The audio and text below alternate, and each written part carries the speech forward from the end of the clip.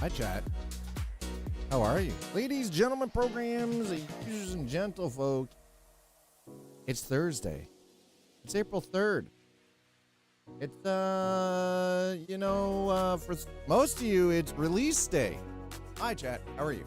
Oh, I really, what the heck? No, wrong way. And there we go. Missouri Day, that's right, it's Missouri Day for anybody playing American Truck Simulator. Yeah, Schedule 1, been watching others play it, it seems... Okay, so... Schedule 1 is a game that, I personally don't think I would actually enjoy playing it, but it is fun to watch other people play. And we all have those kinds of games, right? Like the kind of game that we like what we see, but it's not really like we like watching it. It's, you know what I mean, right? Like we all have those games where it looks like fun, but not something that I would actually play, right? And I honestly, I think that Schedule 1 is one of those games for me, right? Because here's the thing. I know that there are a lot of people who love watching others play games like Elden Ring and Dark Souls, but they fucking hate playing them themselves. Fun to watch others, not fun to play. Right? And I think for me, Schedule 1 is one of those games. It is a lot of fun though, watching people like, dip the cops and like set up this drug biz. It is kind of cool. I mean, I get some Walter White vibes, right? Like massive Walter White vibes. Okay, wait. If you guys are really us. All right, shows of 1 in What chat. number For are those we of you who are thinking already of? here. 1 in chat if you've already picked up Missouri. Dudes! 1 in chat if you've already picked up Missouri.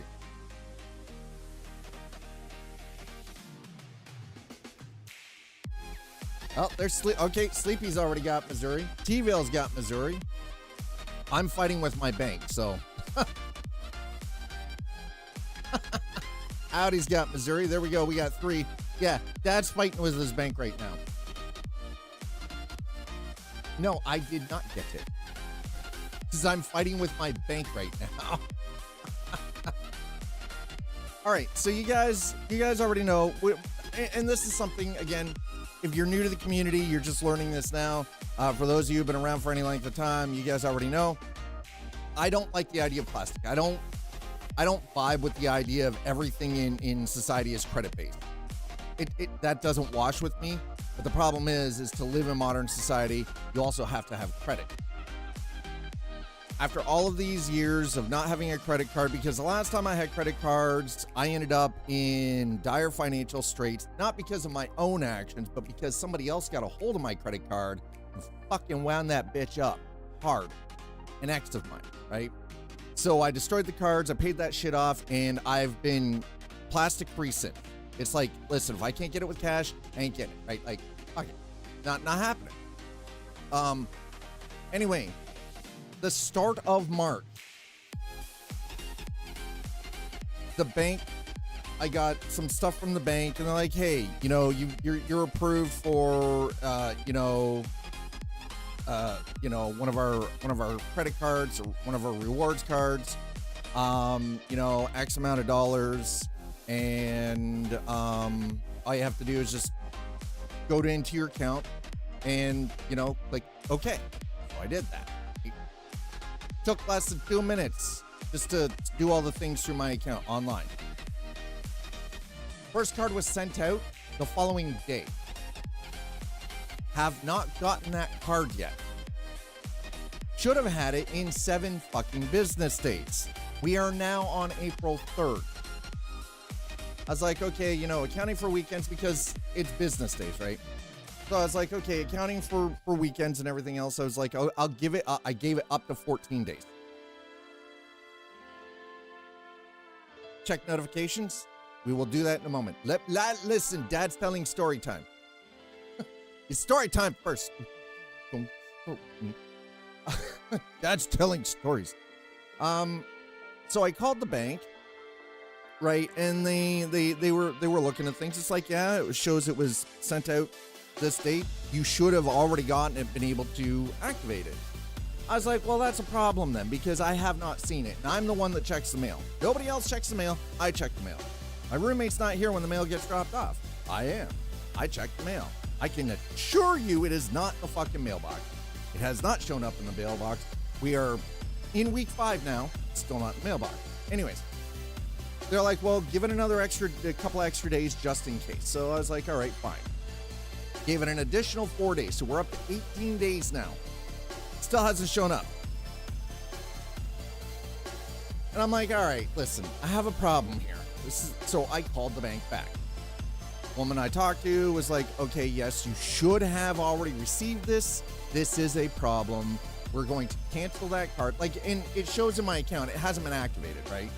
So they did the switch right there. I literally in real time saw the transaction number and the actual card number change on my account in real time. And she's like, I will express a card out to you. It will be there in 3 to 5 business days. No cost to me. Normally, to express a card out, it costs an additional $25. You have to pay upfront in order to get the card expressed.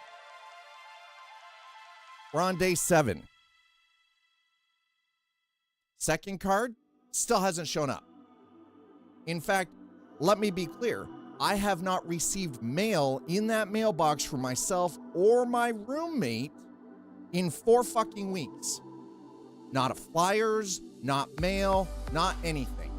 So now not only do I have to follow up with the bank and hopefully get them to send it to the branch that I deal with. That's right. I'm going to have them send it to my local branch so I can go in and pick it fucking up. ID in hand. This is me. Here's my bank card. Here is my driver's license. Here is my ID. Could I please get my credit card? But now I have to follow up with the post office and find out why in the fuck am I or my freaking roommate not getting mail. Like, we're not even getting flyers. I'm seeing people dropping flyers into the garbage. We're not even getting fucking flyers. What the fuck? Like, correct me if I'm wrong, but is that not a little weird? Does that not sound bizarre? Have you ever heard of somebody not being able to get their mail for any reason? And here's the thing, it's not like, thank you, Sleepy. Thank you, Sleepy, yeah. Sleepy developer. Thank you, Sleepy. Appreciate that. But yeah, like, right? It's fucking weird, man. Right? It sounds like mail theft. But now, the one thing is I've noticed we actually have a new letter carrier. Like, we have a new mail person. There used to be this really nice woman that was doing it up until like freaking the start of the year. Yes, Raider. Missouri is today. And now all of a sudden we got this sketchy looking fucking dope dude that I wouldn't trust with my fucking roommate's dog delivering our mail. I'm like, the fuck, bro? Like, what in the actual fuck? I swear to God, if I find out somebody's been stealing the fucking mail, because now I have to lodge a formal complaint with the mail office, right? No, Raider. Never mind. You're missing the context. You'll have to watch the VOD. Hi, Nick. No. The mail dude who now delivers the mail to my building, I wouldn't trust with my roommate's dog.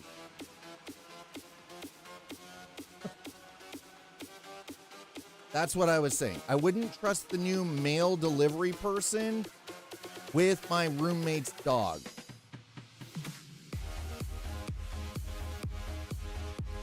Person we had was really nice. The person we have now is a fucking glue bag. He looks like he was hit in the head with the fucking stupid stick repeatedly.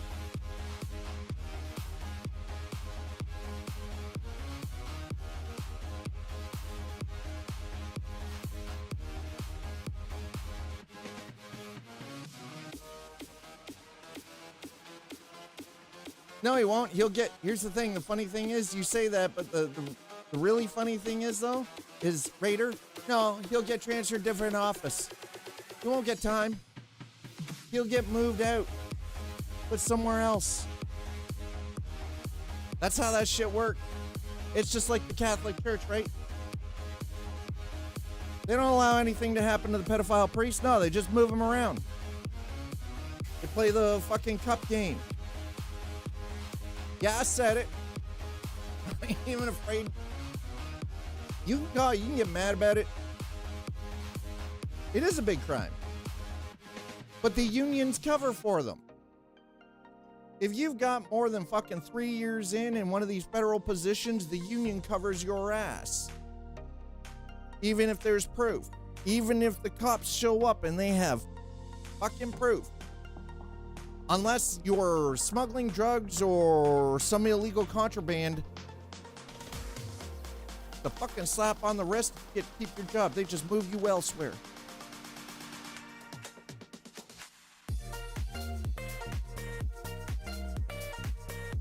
If I find out somebody has been stealing mine and my roommate's mail, best believe, if I find them locally, I find out who it is and I find them locally, I will drag their ass into the fucking police station by my bare fucking hand.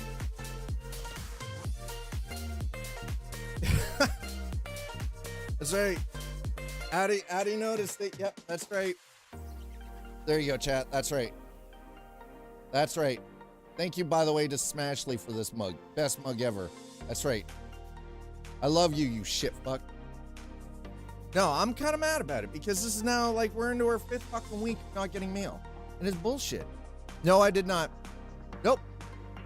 I did not. I haven't watched, I'll be honest, Nick, I have not watched a single SCS stream or any of their release stuff on YouTube for over a year.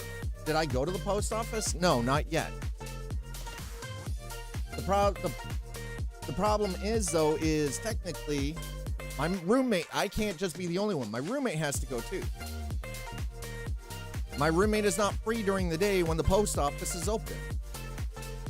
And going into the post office isn't going to do anything because it could be anywhere between here and the place that things are being sent from. For my own mail? For my own mail, yeah, but the thing is, though, is that's kind of fucking ignorant. I'm sorry, I'm not the only one being affected. My roommate is also being affected by this. That's kind of ignorant. Just saying. That's a little ignorant.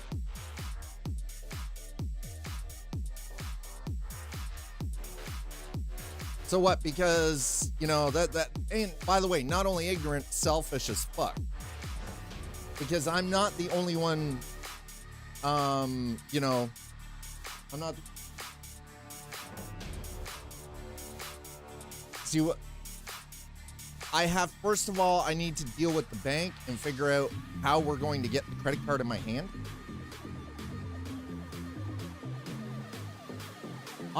Honestly, that's kind of more my major concern is how am I going to get the credit card that I should have had weeks ago?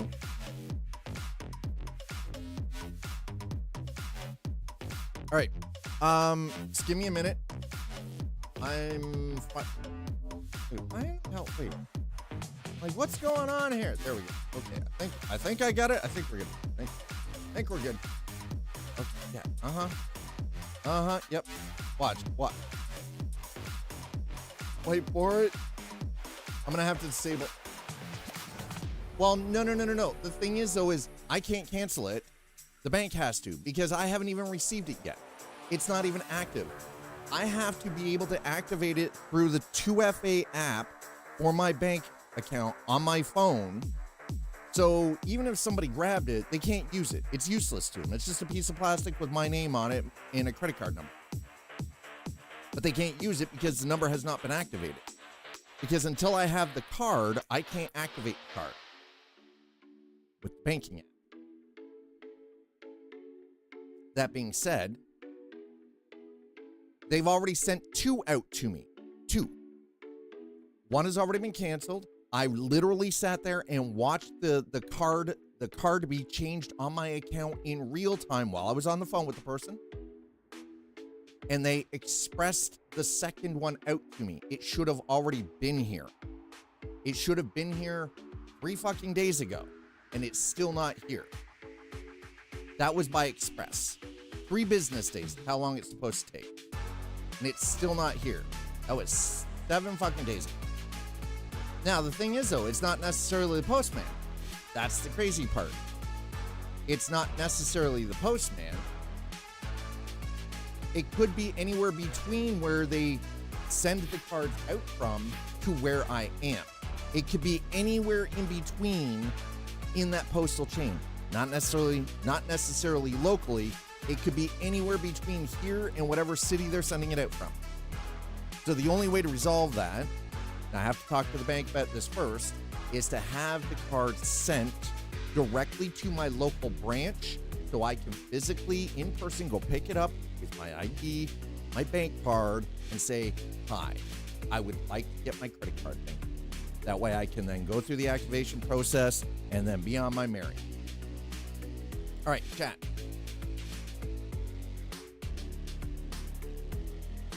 One moment. Please hold. I'm going to go. I just realized I need water. So give me a second. I'll be back.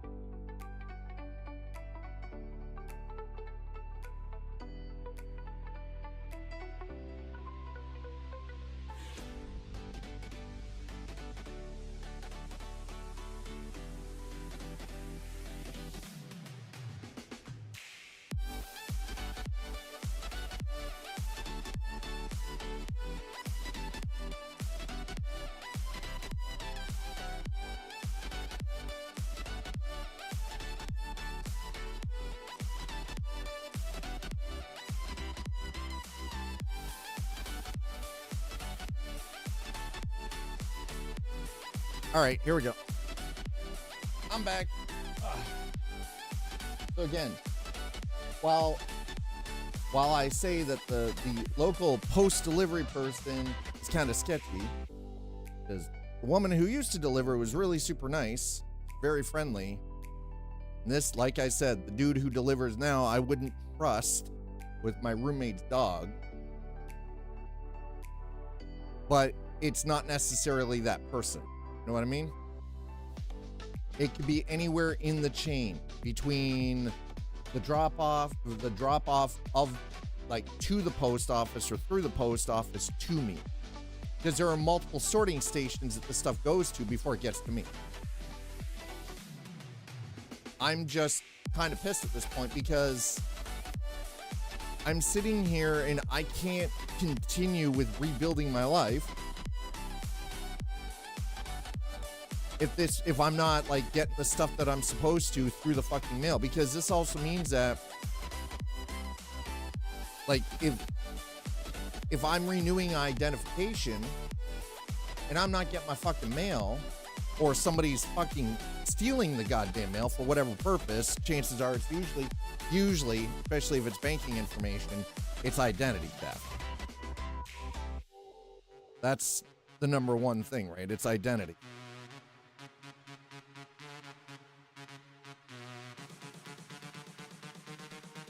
Like the bank card, sorry, not the bank card, the credit card aren't activated. They can't, because I have to activate them through the phone as soon as I have them. And everything is, and again, two-factor authentication is kind of a big deal.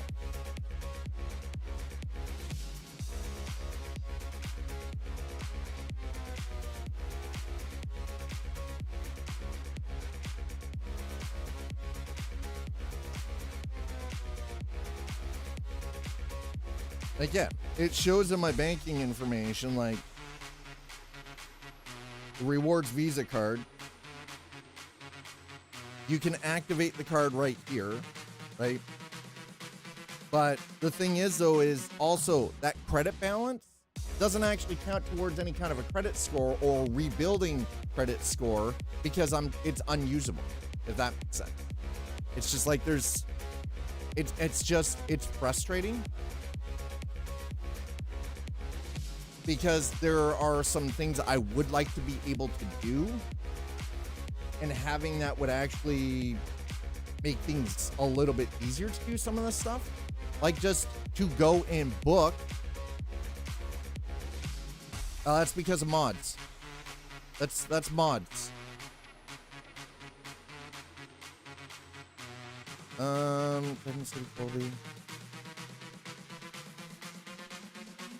That is 100% mods.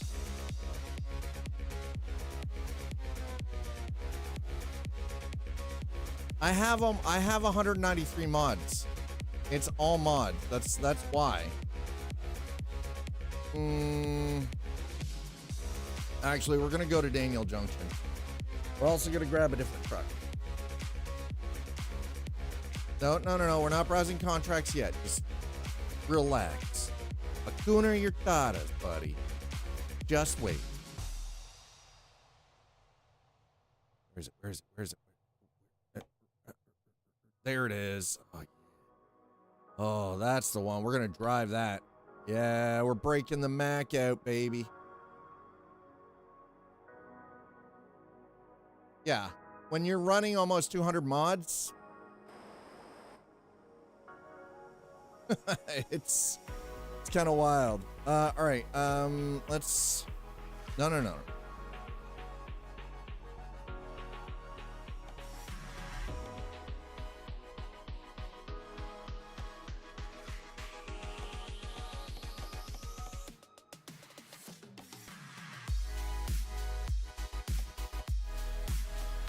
Okay. Back.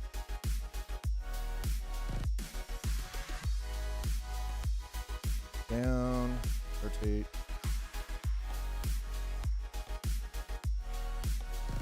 Okay. Okay.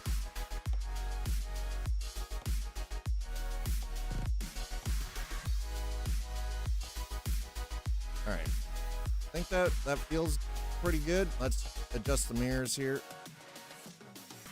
I'll be honest, I'm not a big fan of how the mirrors adjust out now.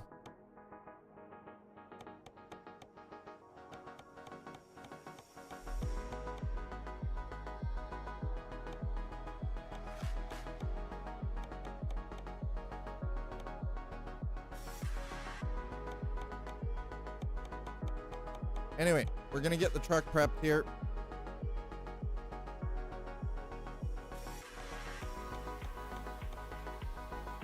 Okay, convex.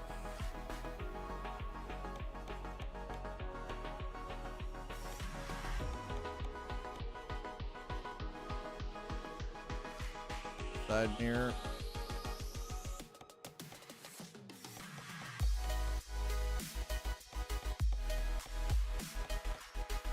Okay, that worked. Let's do that.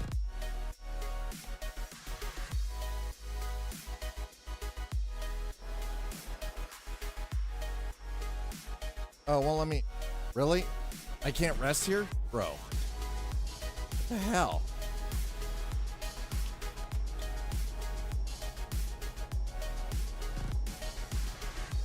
How are we doing? We should fuel before we leave.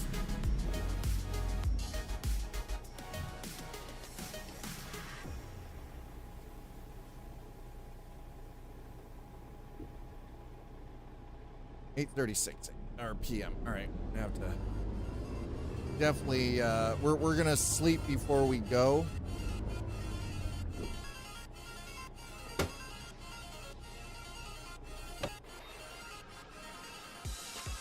Tempted to take my truck and just drive the whole length of the I-70 from St. Louis to the end of the road in the middle of Utah just for fun, but I'm working.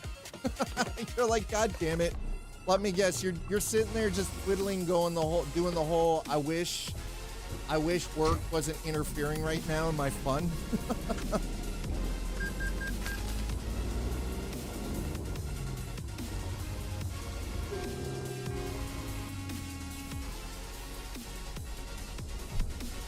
Not what I wanted. There we go.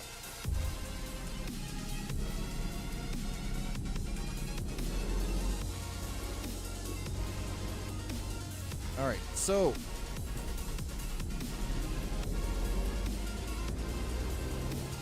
like I said, I find out who's stealing my goddamn mail. Fucking somebody's head is gonna roll. Let's put it that way.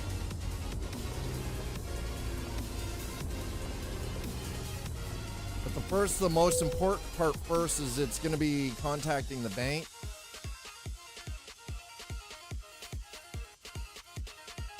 Let's wait, what?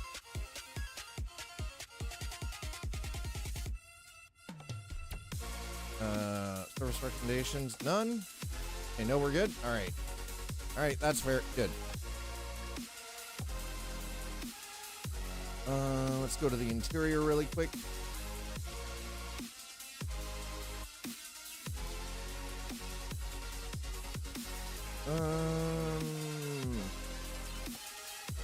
See, the problem, yeah, maybe I'll just, I think I'll just leave it as is. It's fine. It's fine. This is fine. Fine.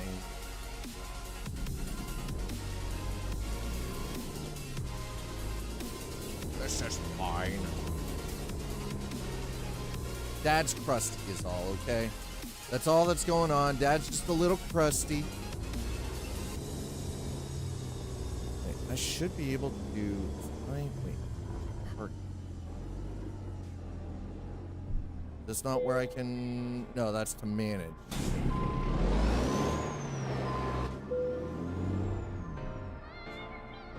That's what I was looking for. Okay, because we're not driving at night. We are not driving to Missouri at night. Fuck all of that. We're doing this in the daytime. Okay.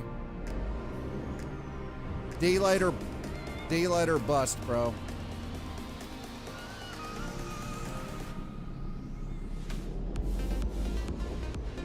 All right, so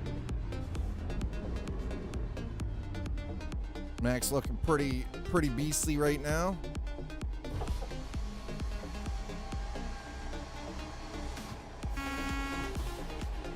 They didn't go for Dakotas yet. Give them time. Give them time. Okay, everything's looking pretty good. No. Go in here. Let's do jobs. Let's go to external contracts, right?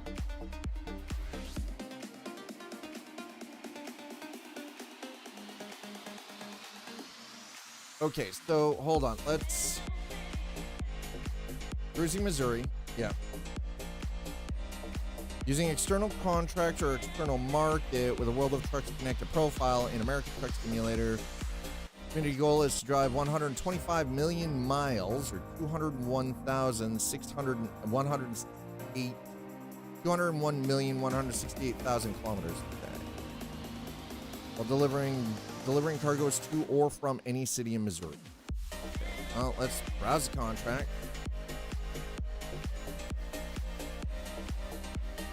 Let's go from, Riverton, none. Jackson, Alpine, none. Rock Springs. Riverton, there are none? Really? Wow, I find that fucking hard. Steve? How long? That one's okay.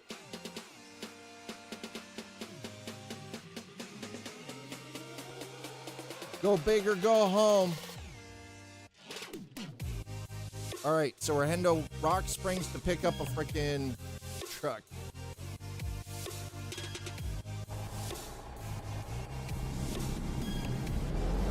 Well, this, adding Missouri, doesn't that finish off historic Route 66? Doesn't that actually finish Route 66 off?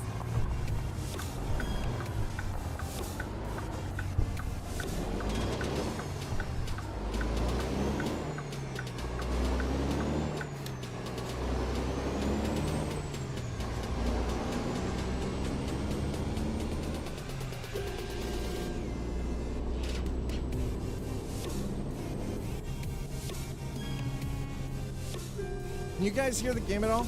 Illinois still needs to come. Oh, so we still need Illinois to finish off 66. Got it. Is that the plan? Are we going to see Illinois before we see the Dakotas? Seems a little strange, really, but honestly, I'd rather see the Dakotas first. Fuck Illinois, they can wait. I'd rather see the Dakotas first, personally. I don't expect anyone to agree with me on that, but I mean, listen, let's keep it consistent, okay? We know Louisiana, we know Iowa. Started in Chicago, I believe. Illinois is already announced. Iowa, yeah, I think, you think Iowa? I think Missouri's actually been on the book longer. I think Missouri's actually been in development longer than Iowa. Or not Missouri, sorry, Louisiana's been in development longer than Iowa.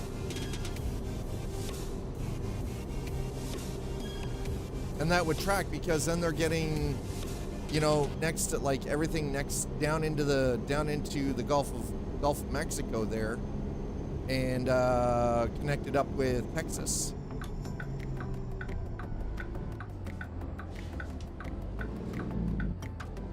Right? And I think Missouri, or sorry, I keep saying Missouri. We're in Missouri. We're heading to Missouri, sorry. I think, if I remember correctly, I think that Louisiana was announced before Iowa. The Gulf of, I mean, that's more accurate. Next to release, it was announced. Was it? All right, well, T-Ville's got it. Okay. I was certain it was Louisiana, but okay, I mean, if we get Iowa next, we get Iowa next. What do I know? I'm just a washed up old freaking game QA, you know, quality assurance tester, you know, like, what do I fucking know? What do I know? I have, you know, I have no skin in the game anymore as a like, put it. Dad is missing skin in the game. Old Puppy Vet Day has to get closed. What? Oh. Has to get dosed? Ooh, that sucks. Turning 12? Oof. Old Puppy Vet Day. Dude, oh. He's still in pushy?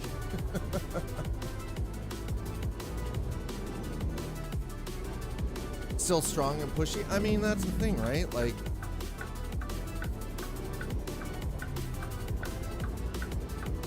here's the thing though, Nick. I used to have a working relationship with SCS right up until the pandemic. And then for whatever reason, they just cut ties with me. No explanation, just cut ties. So I've already had that.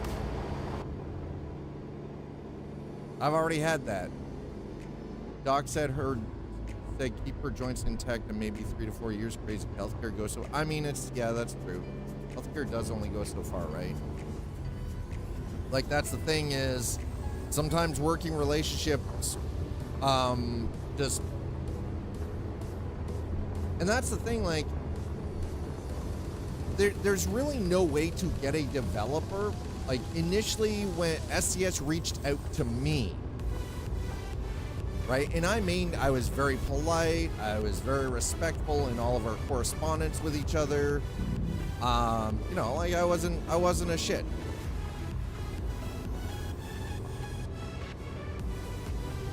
But things tapered off for whatever reason, and you know, it is what it is. Like I can't change that.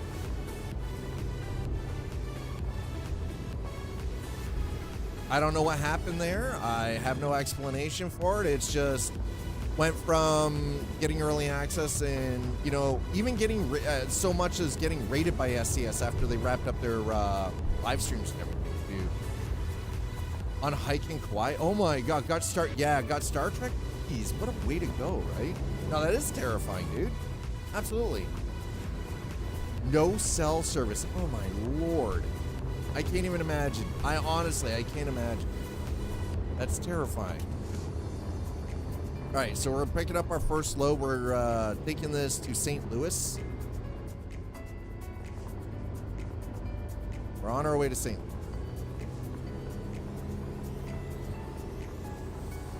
Well, and I understand that, but again, it's at the discretion of the developer, not at the discretion of the creator, right? Like, and it is what it is.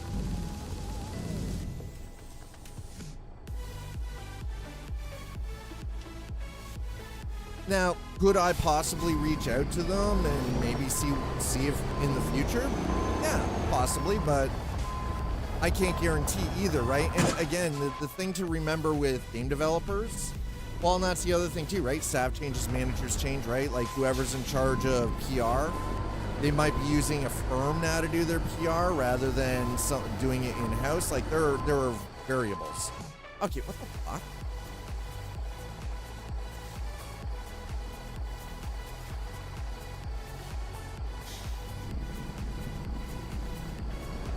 Sure what's happening there, but all right.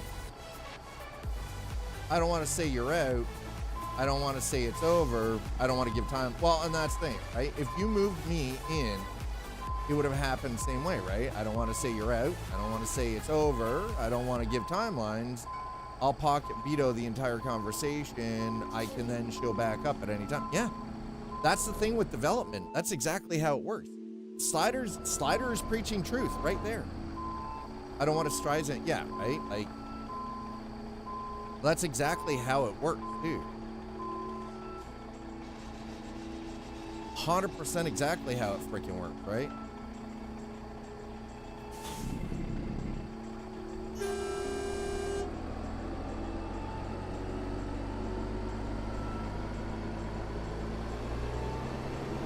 NBA 101, managing expectations so you always exceed.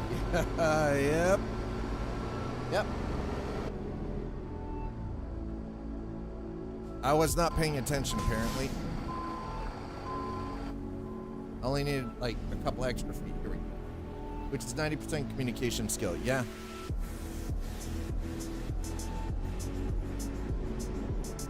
%, clever planning and gambits, which let you prep. Yep. And again, the thing is, though, is like we've been, again, in the past, SCS has rated this channel, whether I was playing Euro Truck Simulator 2 or American Truck Sim, right? And I have no ill will towards them in any way, shape, or form, right? It's business. As a creator, this is business. Yes, this is my job. Yeah, I get to play video games. But at the end of the day, this is a job. This is a business like any other. And sometimes business relationships just, they just go silent, right? Right, exactly. Each turn and permutation, some things just start. Yep, abso-freaking-lutely, right? So there was, okay, and I'll be perfectly honest. There was a time where something like this would have made me incredibly bitter and very self-conscious. Like some kind of weird personal attack. Like I would feel personally attacked. I don't take it personally at all. Right? Yeah, right? But that's the thing. I don't take, and this is the difference, right? This is the difference with somebody with some level of emotional maturity, but also self-confidence and, self-awareness, is we don't freak out over it, right?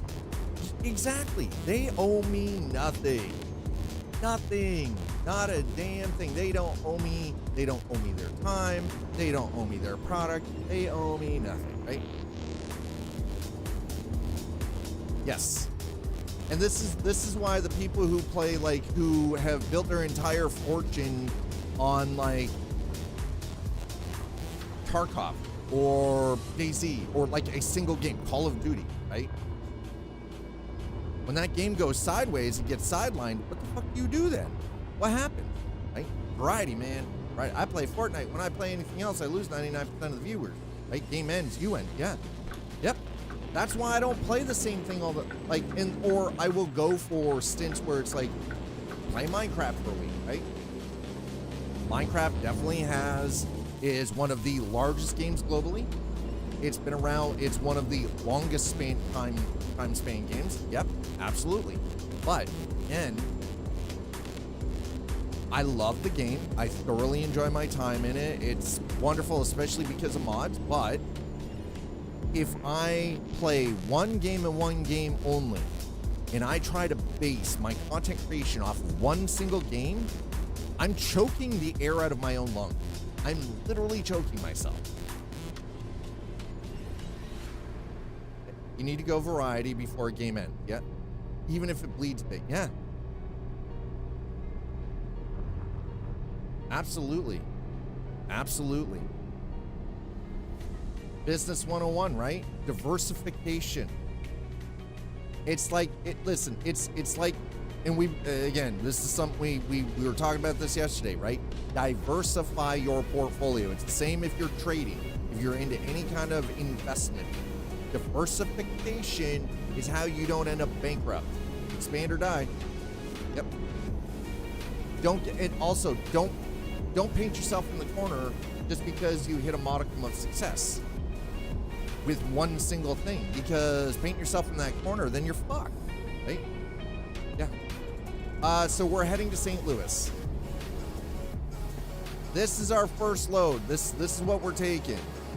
we're taking this to St. Louis. We're on our way to St. Louis. The only city called it, no, it was the first one on the list. There were a whole bunch of them. There's like 12 of them on the list. I wanted St. Louis first. Okay. Don't you me. Sir, you want to see the list?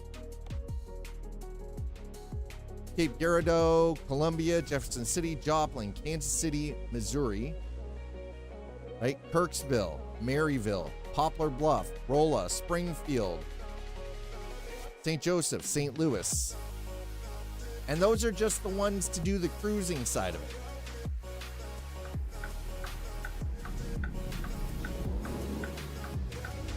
I want to see the art. Shut up. Stop judging me, you asshole. Come in here and judge me like that, you bastard. God damn it. All right. We're on the road.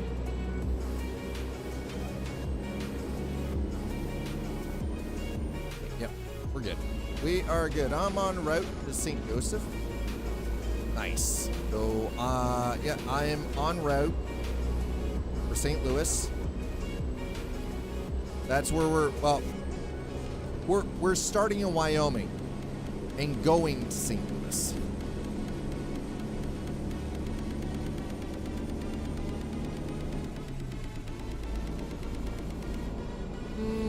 No, we're gonna leave at 30. All right, so we're underway. No, and by the way, if you're new and you're just coming in, I do not use the teleport tool. I don't suffer FOMO. Listen, we started in Daniel Junction in Wyoming, and we are going to drive to Missouri. We're not just going to teleport to Missouri. No. We don't have to FOMO the shit out of it, okay? We're going to drive to Missouri. We're going to enjoy the experience. We're going to hit the state line, okay? Nick, no. As well, and I mean, you can see it firsthand on the screen, right? Like, I'm not noticing any micro stutters with 154 at all.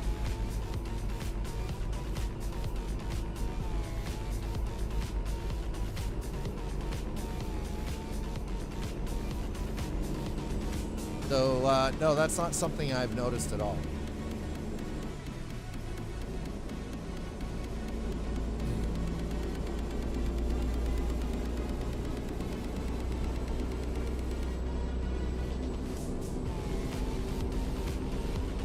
Ended up in Topeka after cruising in my truck after finishing a run to Burlington, Colorado. You went from Burlington, Colorado to Topeka, freaking Kansas. On a cruise? Seems a little sus. Just saying.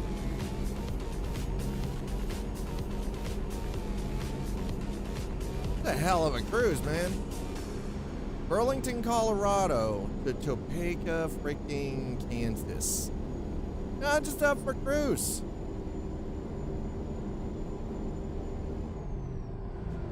As you may notice, seem to have gotten everything dialed in nicely for like draw distance and everything. So we shouldn't notice too much pop in, right? 2% APR on a truck. We're back, baby. Now, buy now before you get jacked. Like that, we're back, baby. Oh, okay, we just had a micro stutter there. I want to see what the frame. Okay, it's frame time.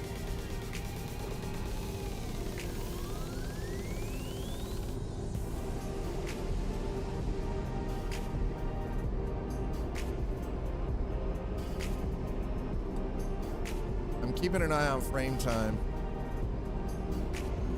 Topeka, yeah, so you guys probably noticed Daniel Junction is where I start from.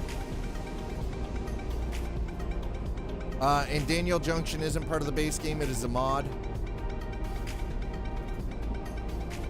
It's one of the Map VT yards.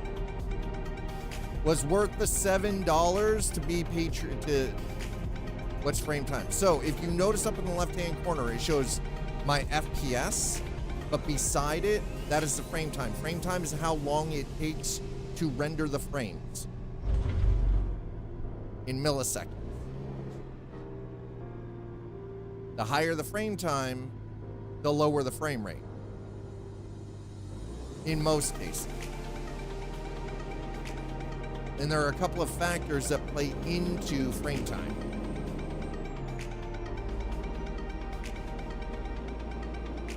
Sometimes, usually frame time, like, it changes depending on what's being drawn into the scene, such as different animations, you know, sometimes, depending on how the physics are being done in a game, right? How much animation is currently in a scene, things like that, right? So there are different factors that can affect, frame time. Also, unoptimized polys in a game. All right, you get, okay, hold on. That's, sorry, my bad. 1 second, let me hide that. There you go. Oh, wait, what? No. There we go. See that now? See at the top left? Shows, you know, 60 FPS, but frame time of 15.1. Generally, you want it down in around like 15 or lower, right? You want it like 15 milliseconds or lower for your frame time.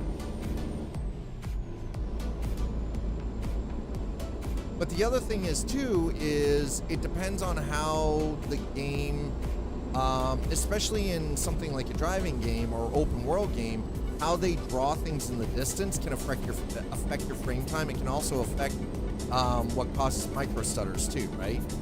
Like there are thousands of different things that can affect your overall frame, like your FPS, but also what can cause micro stutter.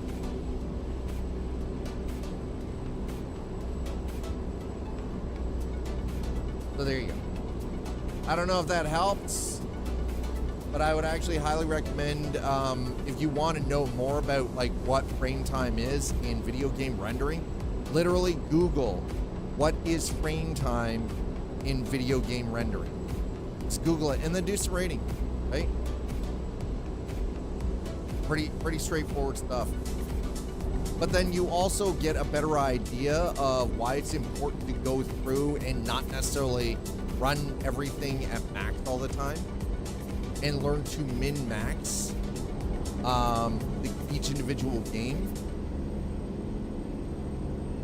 I know it's a pain in the ass because everybody just FOMOs the shit out of it and just wants to be in and play the game.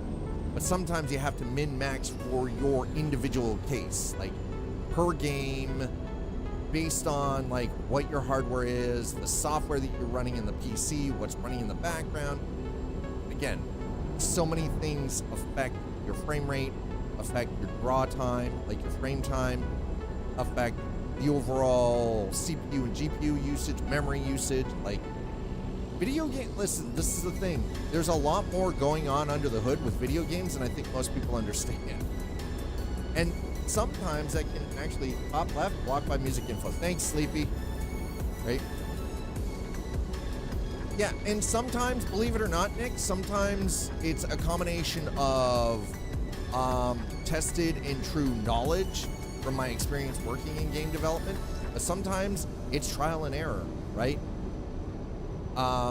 You change a setting, right? And here's the thing, a good way of doing this is keeping notes. If you have a problem remembering what you had prior, keep notes of what you changed, right?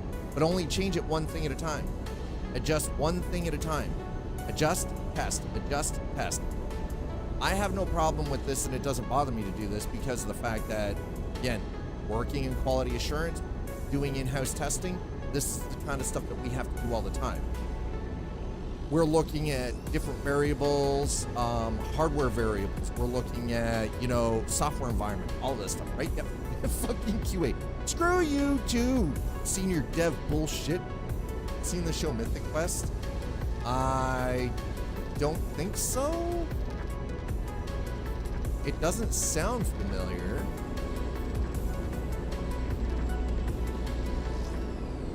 It's the office for WoW basic. Oh my god, that actually sounds incredible.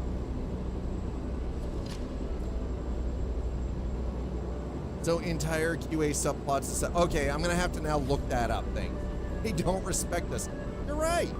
Fucking QA doesn't get respected at all. Fucking suits. They don't respect us. No, they don't. It's true. Always Sunny in Philadelphia. Oh, Always Sunny in. Oh, that's so good. Daniel Putty. Okay, see, okay. Now we're talking. Now we're talking. Now we're talking. Yeah. Yeah.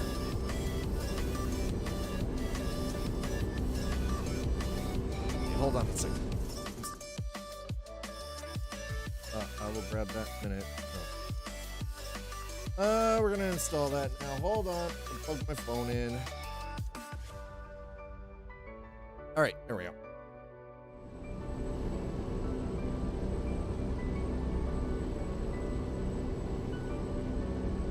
Cricket from Always Sunny. Nice.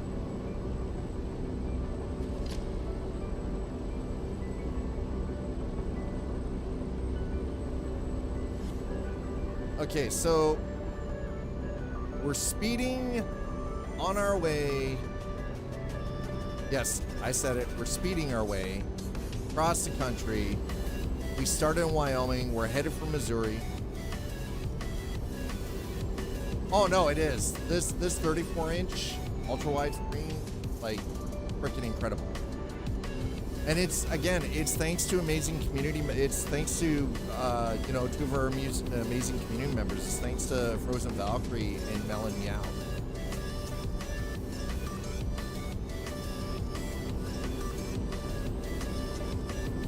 Like, I'm super grateful for the fact that they reached out and said, hey, do you want a new 34-inch ultra-wide screen? Okay, and that's all it was. It was literally reached out to me through Discord, asked if I wanted it. I was like, okay. And the best part is, they're neighbors. They live a floor above me. So the community members, they live in the same apartment complex as I do, and they live like a floor above me.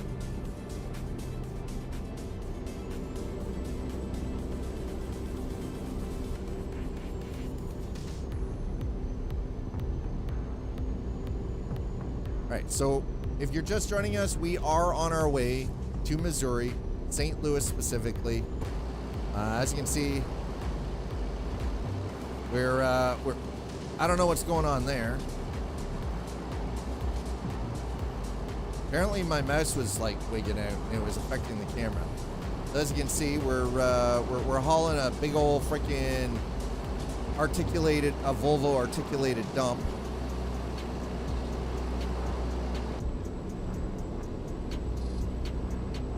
Actually, technically right now, I still have 4 monitors on my mounted to my desk. So the ultra wide is not actually mounted to the desk; it's on its stand. But I do need to get a proper 4 screen. I actually want to take it down a screen down to 3, but I have to. There's some logistics that need to be figured out before I actually do that. So I have 1 monitor for the streaming PC. I have 3 monitors for the gaming. Now, one of my 3 monitors on the gaming PC decided to dump its EID or EDID last week and has gotten itself stuck in 1080p 60 hertz mode, isn't recognized as a 1440p 165 hertz screen. It is also, listen, it's like 6 years old, right? It's 6 years old. They're used constantly. The monitor that's hooked up to the streaming PC, it's just a very basic 1080p freaking 60 hertz screen, right? Busted pins. It's not wait, you mean in the screen? But even under HDMI, it's got 2 HDMI ports and it has a display port.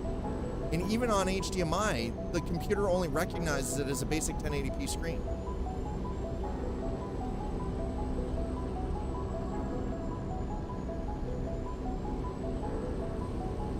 But there's no way for me to like upgrade, like update or check firmware or anything. Oh no, I know. Yeah, no, I know that there's something wrong. Absolutely. I know there's something wrong with it. Like, it doesn't matter. It doesn't like even for it to flip to a different connector, I actually have to physically unplug the monitor, leave it off for 10 minutes, plug it back into the power, and then it will allow me into the OSD. It won't automatically switch anymore. I have to manually switch it, but I have to have it off for 10 minutes, like unplugged from power, to then go to even get the OSD to come up so I can actually switch it to what it's on, right?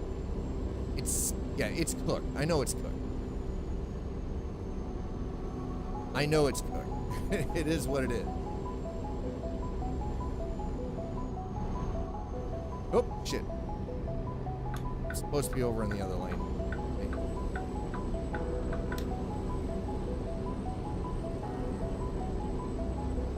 I just realized something. What? The real FOV that I was using, I think it's cooked. Oh no, it's fine if I'm looking in the mirror. It's when I'm sitting here that it goes to this weird low res. Interesting. Period. I'm not sure how I feel about that. Okay, anyway, neither here nor there, right? Oh, now you're already in Missouri. We're on our way to Missouri, okay? We haven't gotten there yet. Oh, that was a micro stutter. The one thing I've actually found that causes the majority of things that cause micro stutters in video games, I've actually found are primarily poorly optimized textures. It's not a busted CPU. That dude is hauling ass, though. Look at this guy go. Yo. It's flopping.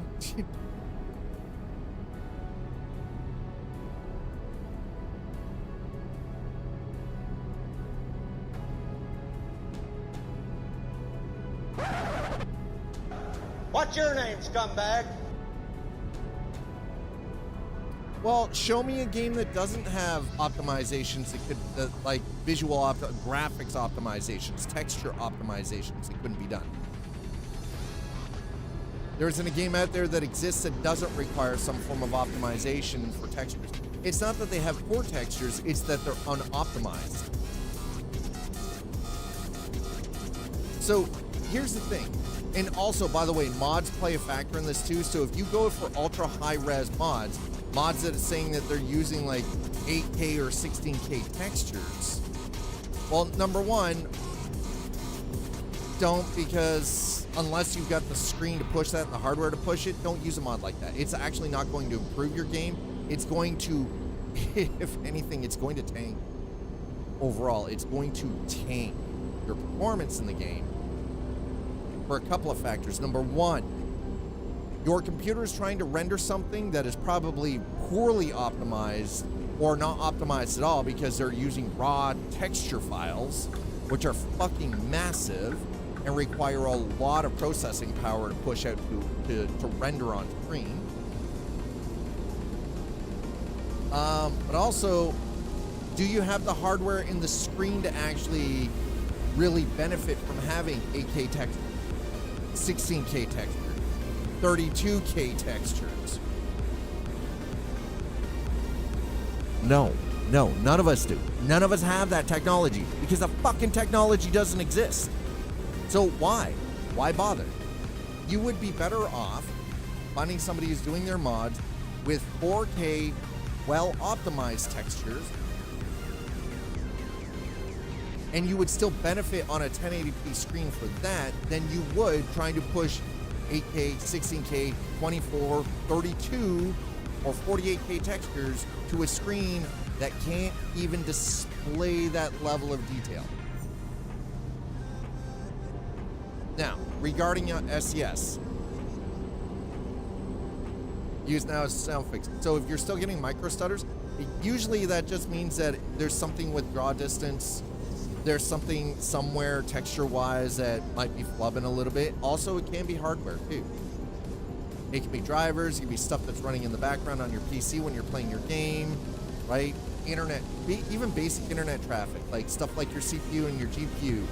How they communicate with your RAM and your storage medium, whether you're using solid state or traditional hard platter drive, right? Like, and also the version of solid state that you're using plays a factor, whether it's SATA. Sometimes if you're running stuff through USB, and it requires heavy bandwidth, like a webcam or a microphone, right? This stuff is then flooding the USB channels on your motherboard, which is taking up CPU cycles, taking up RAM cycles, it's taking up GPU cycles, right? All of this stuff interconnected is utilizing all of your hardware on your PC, and it's all so sometimes you're gonna get crosstalk, right? Like there are literally tens of thousands of variables to look at, and it's going to be different for every single different computer. You can have 3 computers. Yep, Tobii Eye Tracker uses CPU. It uses GPU as well because it's a camera. It has to have processing, so it's got to have some kind of communication. It's also running software in the background so it can do its job, which then is also using CPU, it's using RAM, and it's using GPU. All of this stuff plays a factor.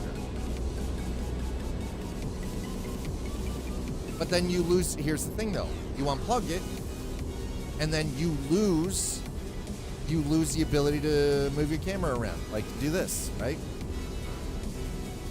Then you have no head tracking. So what I would recommend is going through and testing settings. change something. And again, don't be afraid to change one thing in your graphics, drive around for 5 or 10 minutes, and be like, okay, that did nothing. Like, there was no change. So you put that one back, test the next setting, make changes, incremental. Remember, write down, record. This is something I learned 25 years ago during doing software deployment. Actually not just software deployment, but system deployments in corporate offices. You're putting in 5,000 machines across multiple offices, across multiple floors that are all running the exact same software. Everything is identical. Every single one of those fucking machines had something different wrong with it that was not inherently, and these, we're talking identical machines, identical software, no differences. Same hardware, same software. And every single computer had their own weird little glitches. Had their own weird little freaking idiosyncrasy, right? Just these weird little... So we would have to go through and individually tweak some machines more so. Some would just be perfect right out of the box. We just slap it down, throw the image on it, boom, done. Didn't have to dick with it. And then there were machines where you'd be fucking with it for 4, 5, 6 hours. So it was operating the same as the other machine, the other like 10 machines we had just set up that were perfectly fine.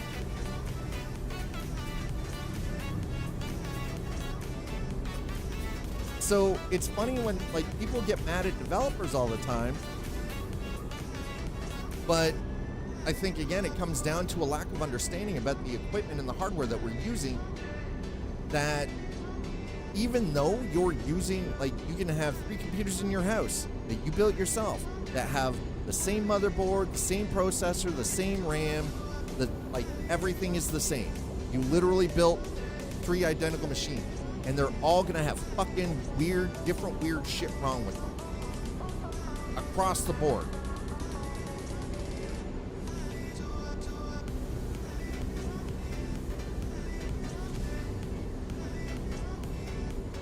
Because believe it or not, when it comes to, some of the newer drivers, especially for the NVIDIA drivers recently, I did the same thing. I rolled my driver back because there's apparently some major problems with the current generation of NVIDIA drivers. I was like, fuck it, I'll roll it back. I'm actually getting better performance out of my 3080 Ti right now. With the driver that I'm using is actually from the start of January. I'm getting better performance now than I have been for the last like freaking 6 weeks. I'm like, all right, well, there you go. That fixed a ton of problems too. But that's the other weird part, right? Sometimes a software update can bork an entire freaking system, but then it causes problems down the chain with games. It causes problems with other software. There's incompatibilities, right? Like it changes. Your operating system is the base layer that allows your hardware to communicate with each other. So even something as simple as a security update sometimes can bork an entire fucking system install.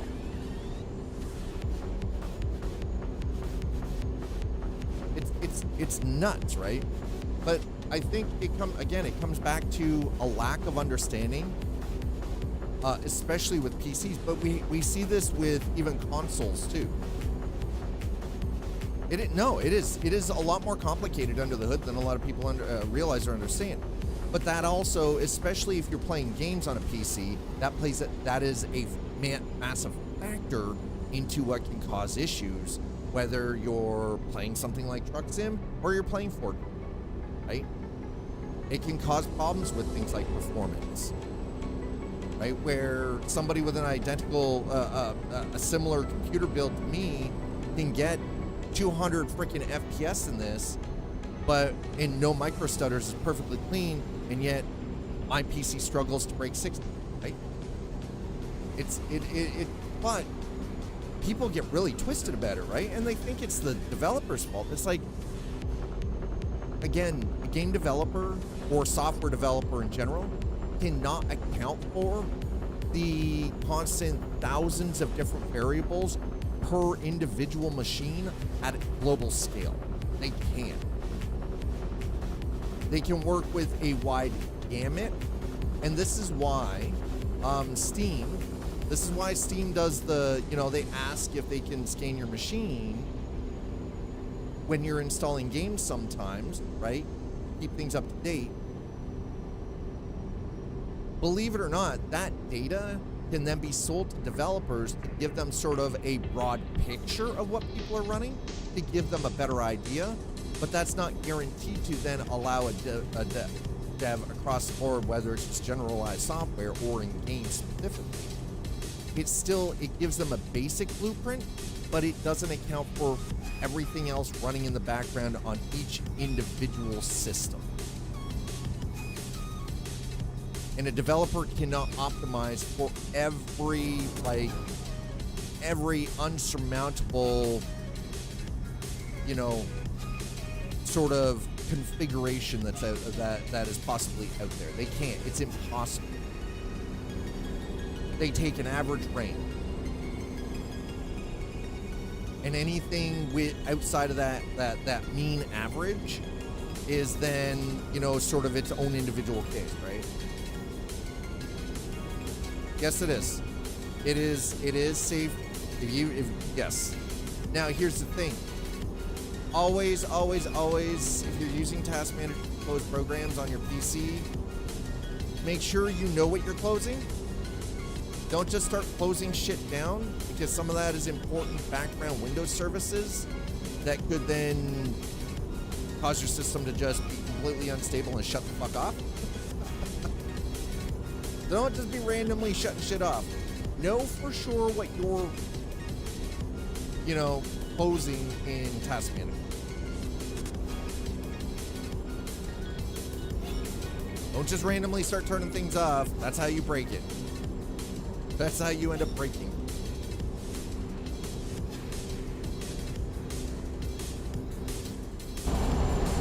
All right, well, whoa. Easy. Oh, no, I did not mean to do that. Where's the inspection station?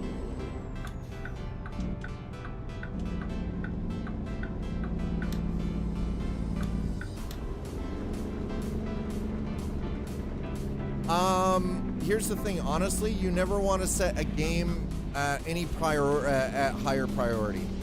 Usually, don't mess with the base operating system stuff to change priority levels. That was something that you could do prior to Windows 11. But now that's actually, you can fuck with the system stability really hard by doing that now. Nothing should ever have higher priority than the operating system. Ever.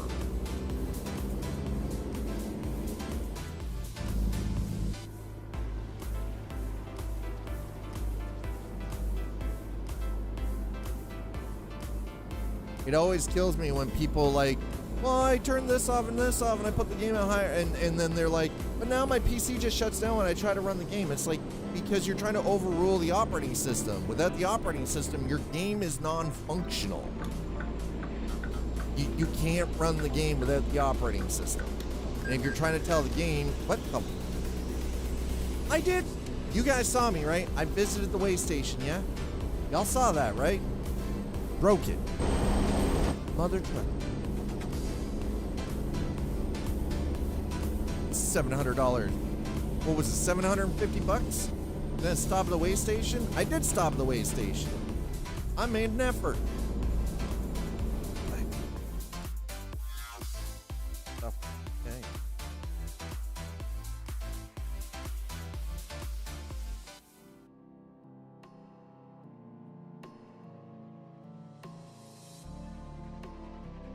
Okay, there we go.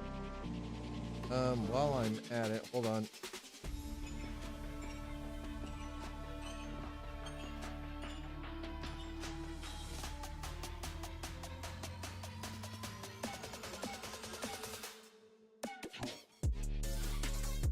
There we go. Hey, True Rider. No, I don't need no rest. You are not driving. I will let my roommate's dog drive before you get to. At least I know the dog's not gonna shit in my truck. That's saying something, by the way. Oh, Jesus, that was a little close. Woo! Hello! How are you all doing? Pay attention, pay attention, pay attention. All right, next rest stop, we're stopping. Excuse me?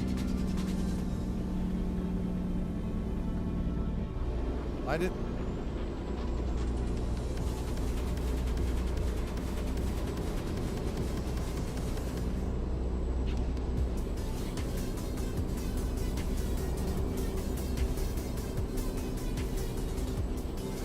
Excuse me? What the hell was that BS?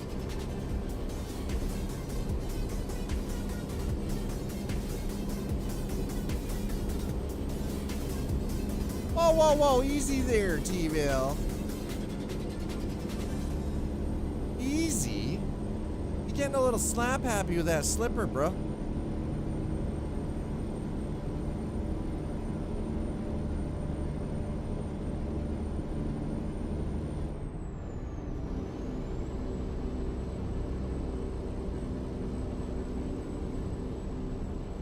I mean, we could have actually pulled off here. Yeah, we're. I don't know about any of you, but some of you probably agree with me on this. Whoa, whoa, whoa! Y'all getting real nasty with each other. You can't slap me. You can only listen. You can't choose who you slap. Nice try, Ryder. You should know this. Been here long enough. It's random. And see, the bot has determined you're gonna slap the shit out of yourself instead. You can't slap Dad. You can't even target someone to slap. Not how it works. That's right, random only, just like the hug. The hug and the slap are randos. You don't get a choice in who you smack around. Or with what you smack them with. Completely rando.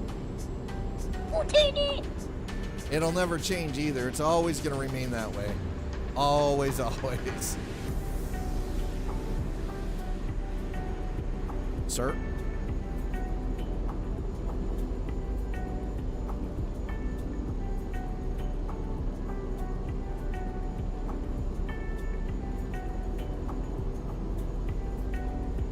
There are no AI improvements in any of the patch notes, right?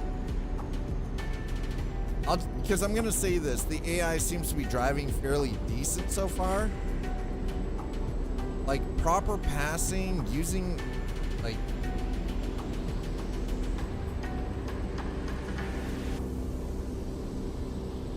It's all some kind of dream, right? Like, this isn't possible. The AI aren't driving like a bunch of bozos right now.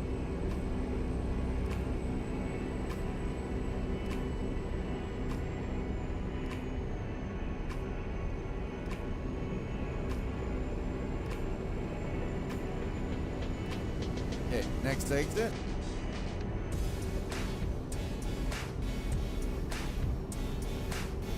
Okay, we're gonna take the next exit here. Grand Island, Red Cloud, yeah.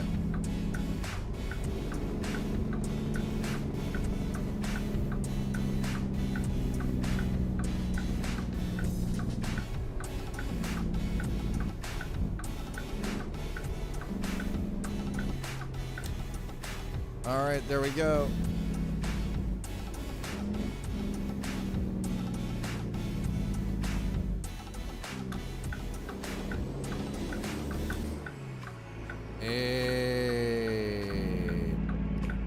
Nice. Not that I'm aware of, especially since I've been hit by the AI as per usual. I'm not using any AI mods, so that's why I'm like, I'm not using any AI traffic mods, but also none of them have been updated, so it's hard to use them if they're not updated, you know?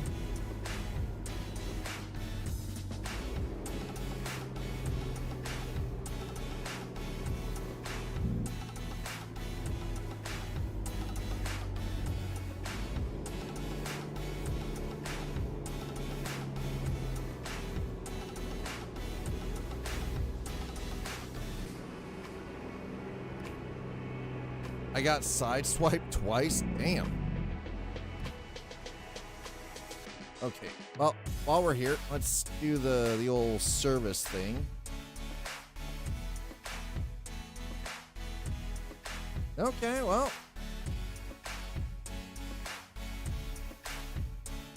What is it? What? Nah. Nah, nah, fam. I'm not paying $379,000 to restore the truck when there's only 2% damage to it. It's probably tires by the look of it. It's just wear, good old-fashioned general wear and tear, right?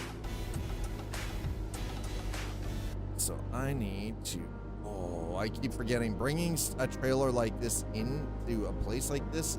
Let's see.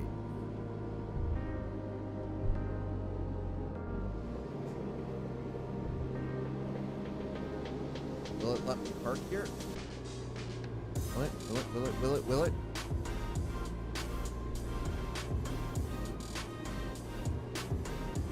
Nope. God damn it. Oh, let's go around. Can I go around? Oh, I don't know, maybe? Well, we're about to find out if that can go around through here.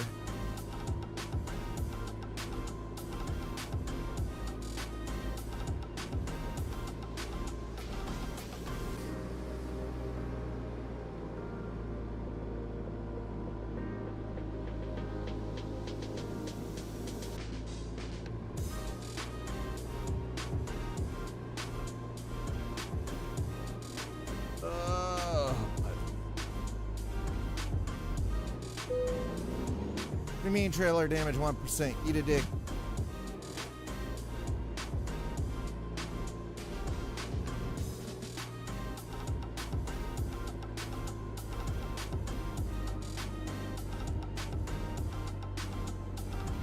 Squeaking through, baby.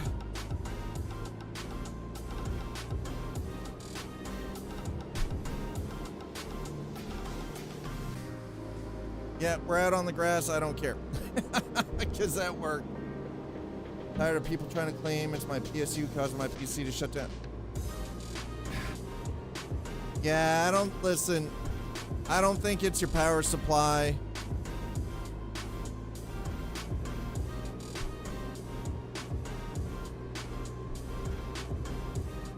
I don't think it's your power supply, but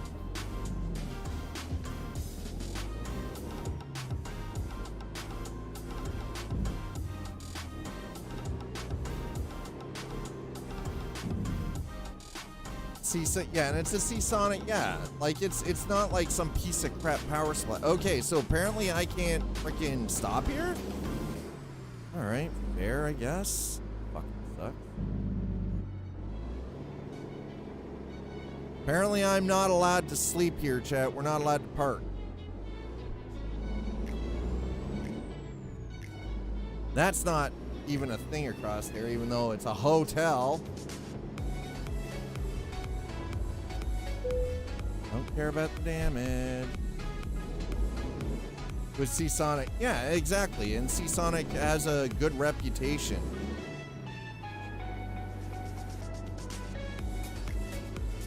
Usually I find personally that people who bark about it being like power related don't actually know what the hell they're talking about. That's just personal experience.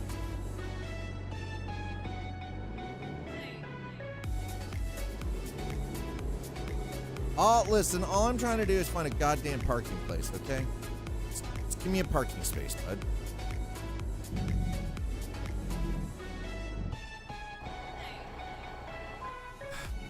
Really? How is it?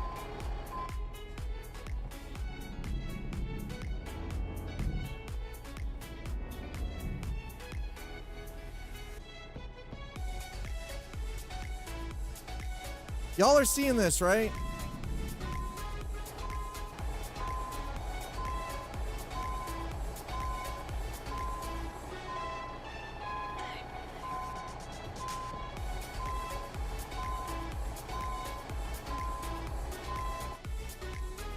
You are all seeing this, right? Where it shows on the map that this is supposed to be parking so I can rest.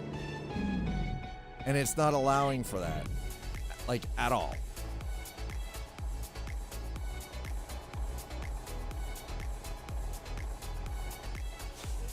Nope. Even with the truck off, nope. It's not letting me actually stop. What kind of bullshit is that? That's broken AF. Has anyone else ever had that? Yeah, I don't know. That's yeah. I don't know, Spice. That is definitely something. Hey, Psycho Tanker, how are you doing? I hope you're well.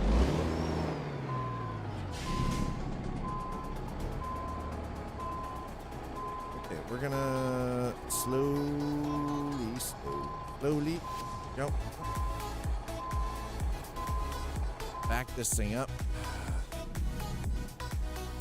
No, we're just...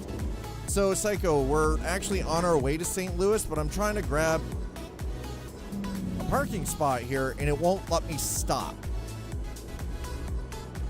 Even though I am quite literally on top of two different spots where I should be able to park, and it won't let me... It's not coming up with the notification to shut the truck off to go to sleep.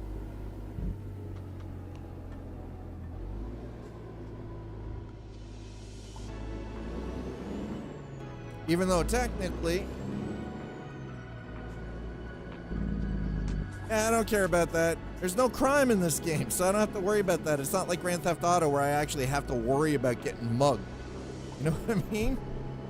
Is the parking over here? Like, is that?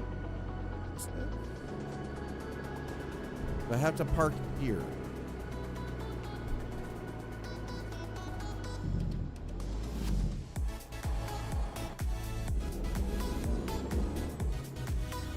Here's the thing. You want to know the real funny part, Psycho Tinker?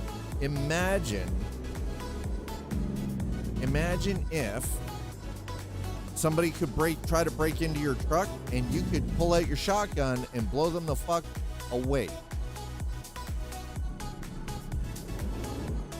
So this was a complete bust. We just wasted 10 minutes trying to do that shit. ATS zombies? I mean, we could just call it American Truck Simulator Florida, man. Doesn't even have to be zombies. Doesn't have to be Zambalinos. Just, just American Truck Simulator Florida, man. The Florida Man edition.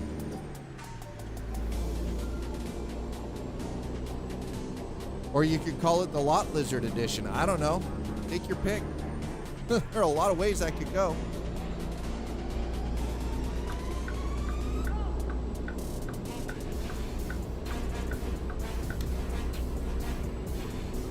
Figure you couldn't. Peterbilt parking lot. Okay, listen. The fact that it's a Peterbilt dealership shouldn't make any kind of difference at all. That is stupid, right? Damn! Wait, you gotta... What's wrong with Peterbilts? I don't have a problem. By the way, the record don't have a problem with Peterbilt. All right, where's the next one? So we can't stop there. Okay, fine. We're gonna stop here.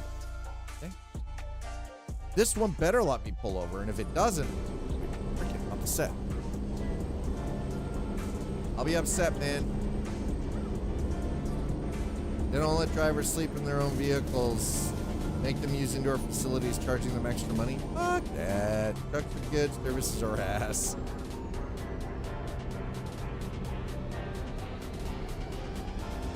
What's the sense in having a sleeper on your freaking truck if you can't sleep in your own goddamn truck? I'm not paying them extra. Fuck that noise. They will get no extra money out of me. I'm sorry, you already rooked me out of $300,000 for a freaking truck. There's no way in hell I'm paying you on top of that. In their in their parking lots, you have to use their facilities? Oh, that is some horse shit. That is some BS. Let me guess, they're probably the only ones that do that too, aren't they? They're probably the only ones that do that shit, huh, Psycho?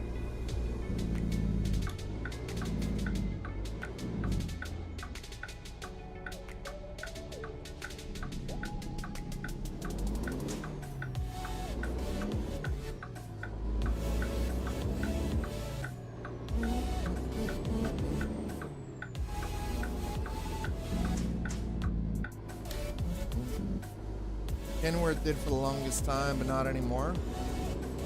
I'm glad that it seems like the other truck manufacturers are getting wise and not doing it anymore. Really, you're kind of, that's kind of like,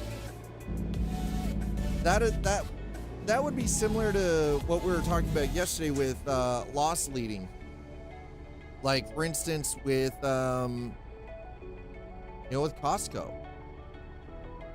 Those $1.50 hot dogs, those are just to get you in the door. We know that they're not making money off of that. That is a loss. But they know they get you in the door. So letting the drivers actually sleep in their parking lot, right? And letting them sleep in, like letting them use the lot, but then letting them stay in their own truck. They're not losing money by doing that.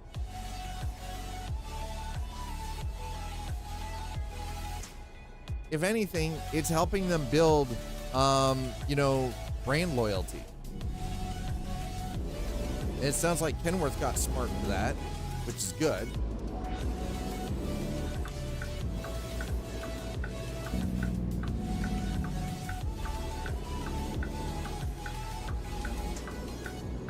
Back to work, science sucks. I mean, science really? Science is probably some of the coolest ass shit out there.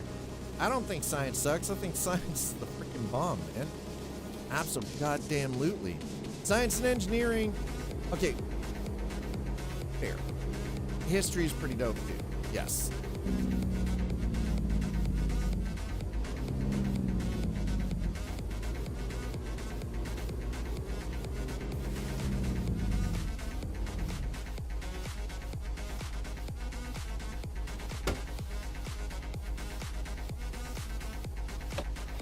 Okay, so we're here, so we might as well get fuel.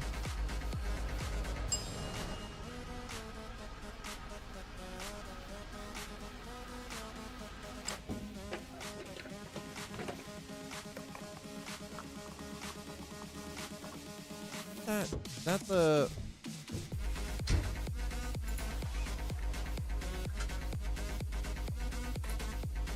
Oh, it's the filmic phone map.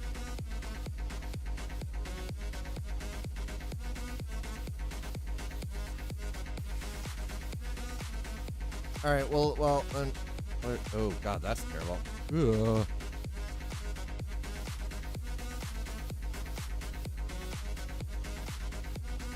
I think we'll leave that up. All right. One of the underground delivery points is in St. Louis, is it? That's cool.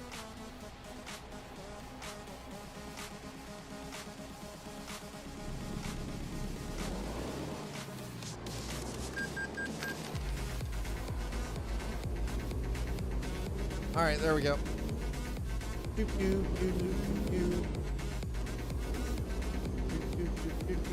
You're entering it now, huh? Okay, this better actually let me sleep here, otherwise I'm gonna be real upset about it.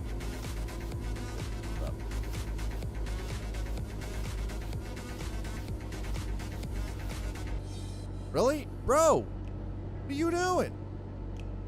Driving the lot?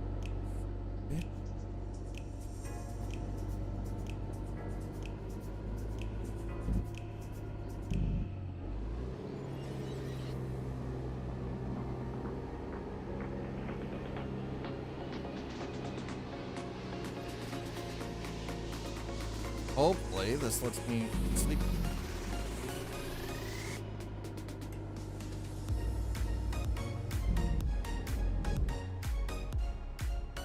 Well, we're about to find out. What? How?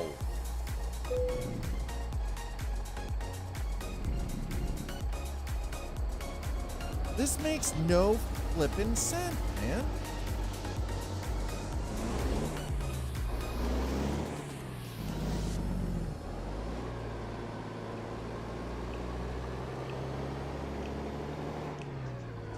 Like, does this make any sense to you guys at all? It sure in the shit isn't making sense to me.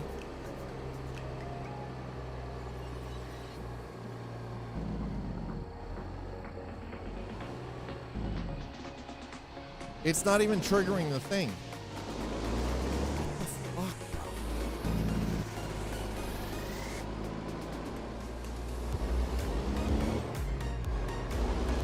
bro? I'm definitely not parking the handicap parking because that's not a thing. At least it shouldn't be a thing.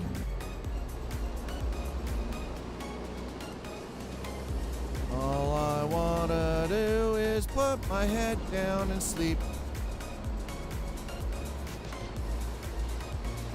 Yeah, you want to stop, bro.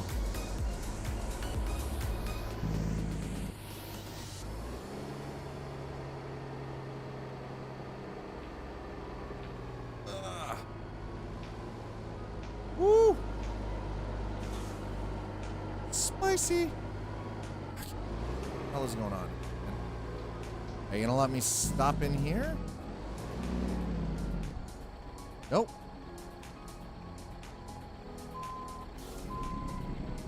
What in the actual F, man? This is some dumbass shit.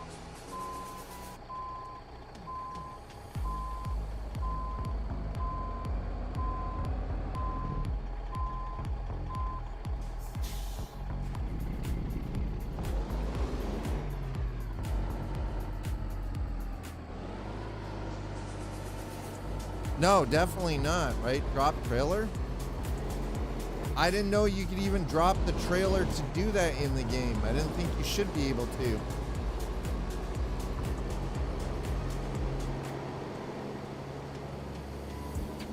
I don't know, that just seems kind of dumb. So what EK is saying, drop the trailer and then just find a place to park. Okay, so if I do this, decouple.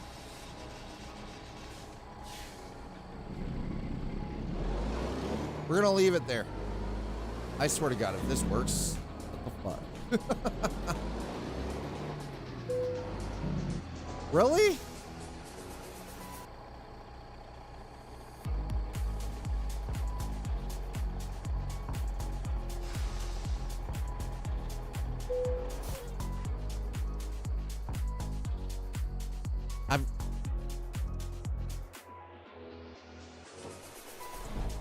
That is probably some of the dumbest shit ever. Dumbest shit ever.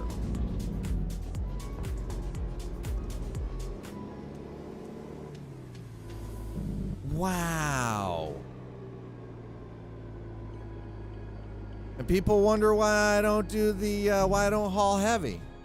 Because of stupid shit like this. I'm sorry, as far as I'm concerned, that is an entry to barrier. Or, sorry, a barrier to entry. Oh my God, words are hard, okay? My brain. My brain is no thing. Actually, you can drop the trailer in the spot.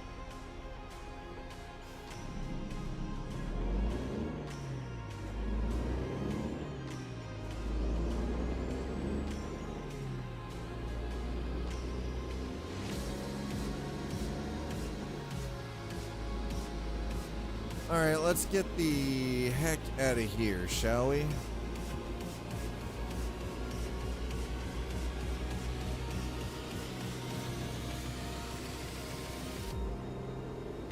Ooh.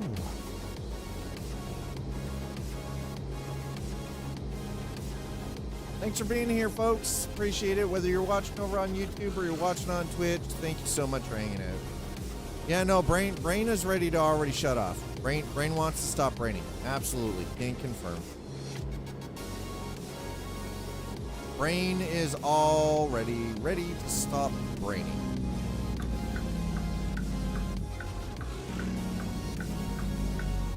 No more braining for today. No more braining. Brain is broken.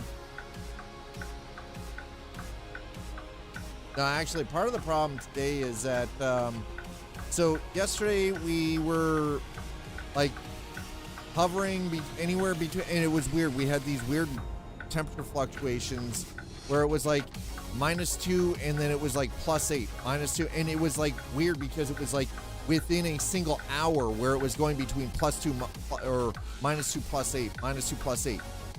Thunder the entire freaking day. Freezing rain, snow, freezing rain, snow. It was just like, and then today, 22 fucking degrees Celsius and sunny. My sinuses right now are just doing the whole, what the hell, man? My face actually, like, it feels like I've been punched in my cheeks. So if my brain is not braining, part of the reason is because my body is trying to compensate for the weird shit yesterday. And then now we're sitting at 22 degrees Celsius and it's freaking sunny. A nice light breeze.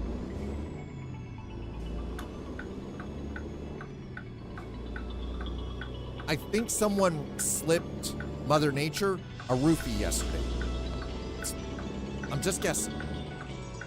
I don't think it's an acceptable practice. I'm just saying that's kind of what it vibed like. Just like the fuck. Like, what in the hell? Why y'all dosing Mother Nature? What did Mother Nature do to you? You know?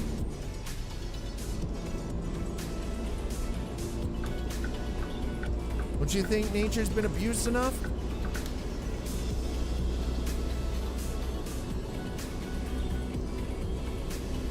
Okay, let's get back on the road. We're on our way to St. Louis.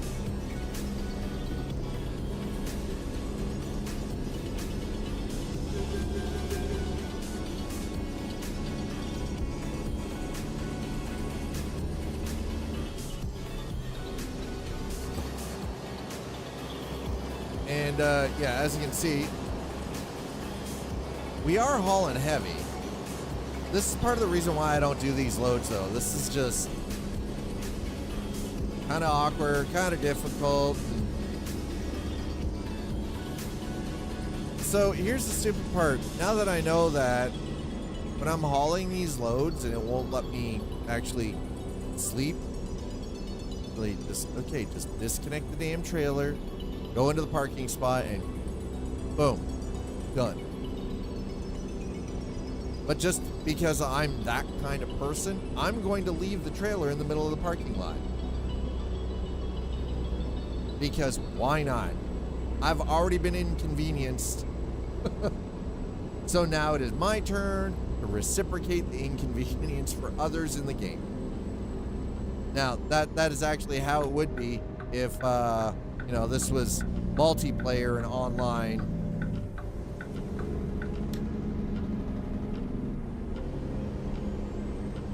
And I don't mean Convoy or Truckers MP.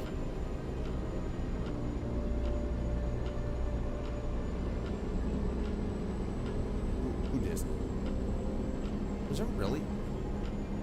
Oh yeah, we had a much later start because I'm trying to. Hold on a second.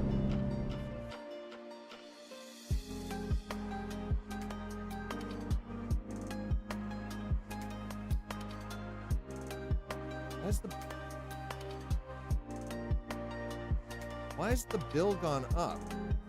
What the fuck?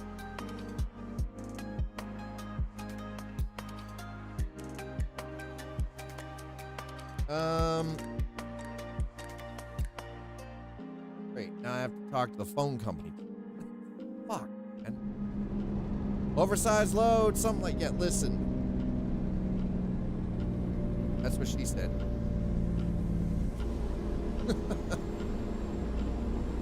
Stop looking at my oversized load.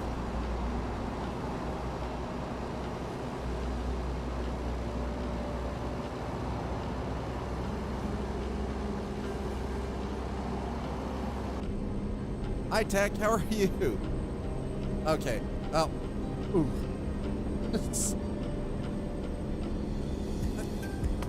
You might be making a sex joke. I was actually talking about my load. See? I was talking about my load, sir. You were making a sex joke. I was not.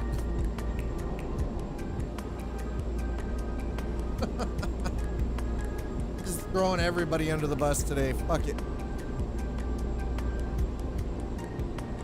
Hope you're having a good day. That's what she said. Doesn't mean, listen, that doesn't mean it's a sex joke though. Everyone just assumes it's a sex joke. Doesn't make it a sex joke.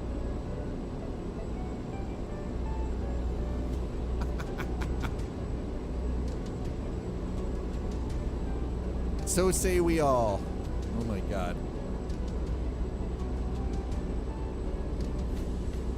Okay, are you, listen, make your mind up. Are you getting past me? What are you doing? Didn't even give me a chance. Didn't even give me a chance to get on the goddamn brakes, bro. Sheesh. Okay. If you're gonna get by, get by. I need in that squirt body. Oh, buddy.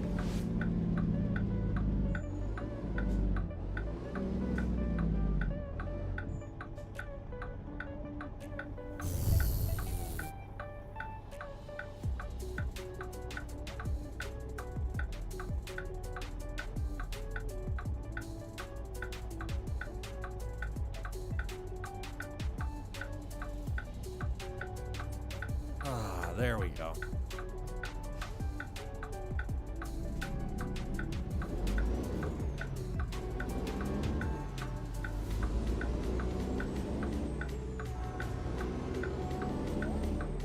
Oh, that's all right. Nice. It's only 25 in here. Don't get crazy, fucking speed racer.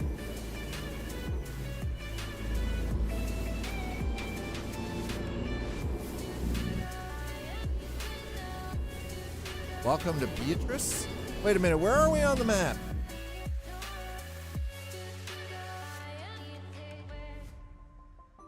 Have I never been down here before?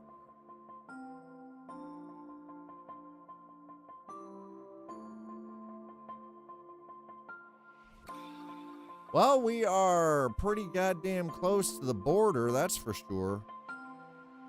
I love this. We've got Marysville, which is Kansas, and we have Maryville, which is Missouri, and they're like,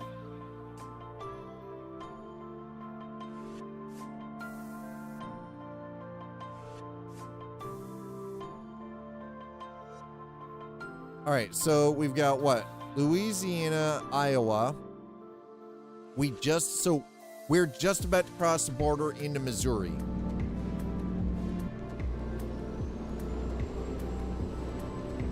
Auburn 53. All right, here we go. You guys ready? We're coming up to the state line.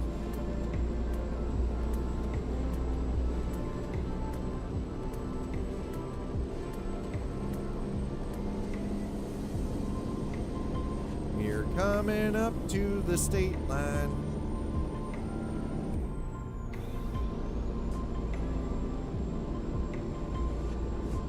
Getting home just to be fine. I don't know what I'm doing. It's not a song. I'm just making shit up as we go. And I can't sing anyways.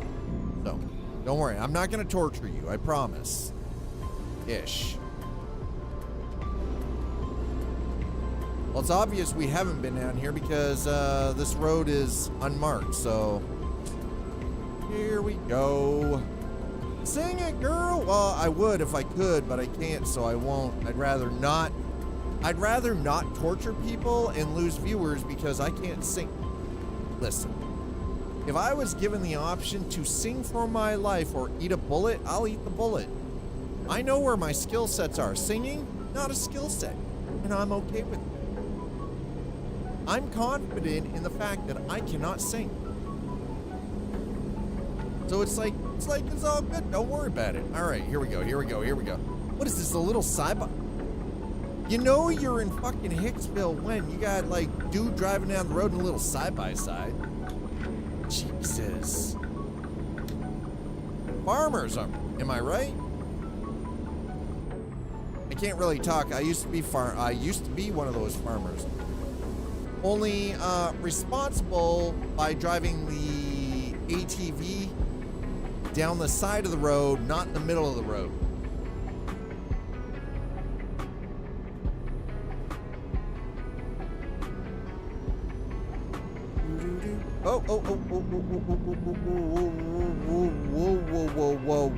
Whoa. Slow down, horse. Slow down. Oh my God. Easy, horse.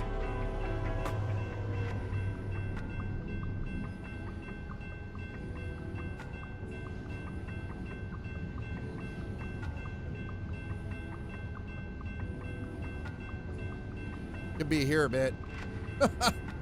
We might be here a moment.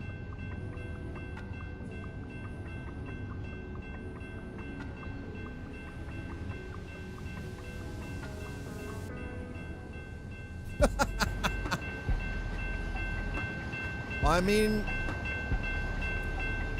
I did download the mod from Steam Workshop for realistic trains.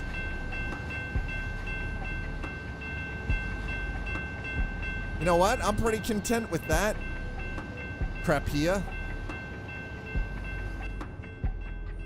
Not gonna lie, kind of content with that. That felt like a train. Not this large ass freaking, diesel locomotive and 2 cars behind it. No. That's great if it's like short line stuff where like you're down in an industrial complex and they're like moving stuff around in a yard. That's great. But across a level road crossing like that, nah, man. Have to be a little bit more, but I'm glad to say that felt a lot better. That felt more realistic. Solid mod. Absolutely can confirm. Whew, all right, here we go.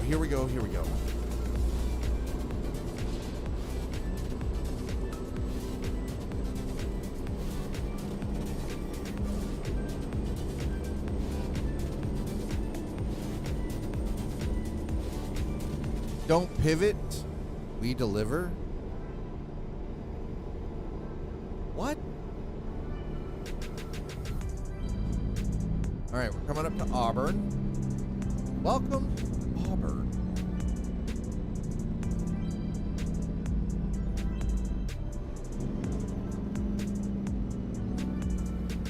All right, hold on a minute. Oh, wait, what? Ow.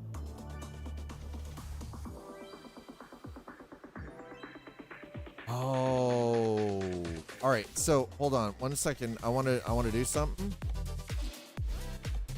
and then I want to do that service, resting, fuel stop, full gate, way station, owned garages, city names, road numbers. We'll do ag inspection and undiscovered point. Okay. Actually, yeah. All right. So what I want to do here then,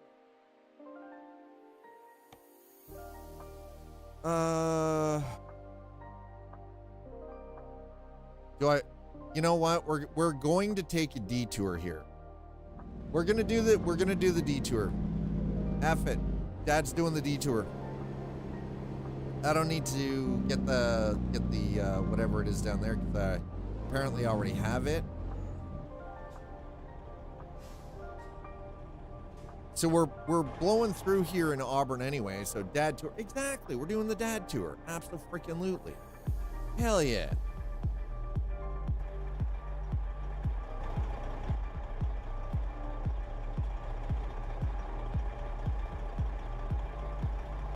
That sign's wigging out though. That's kind of tripping me out a little bit.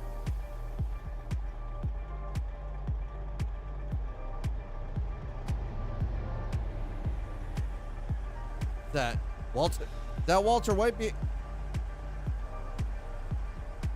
We got Breaking Bad pulling up on our rear. We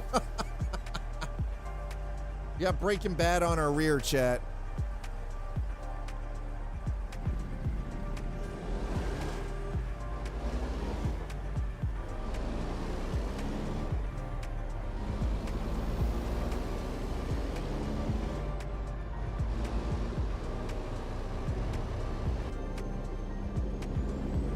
All right, well, let's see if we can shake Walter back there.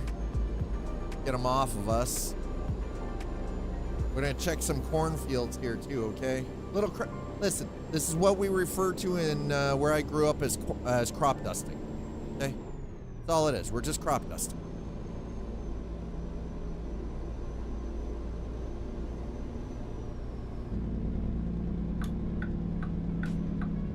It's just simply a little bit of crop dusting. Don't you worry, none. It's all right. Sometimes you just gotta go off the beaten path, you know. That actually is kind of dope. Nice. What else we got down?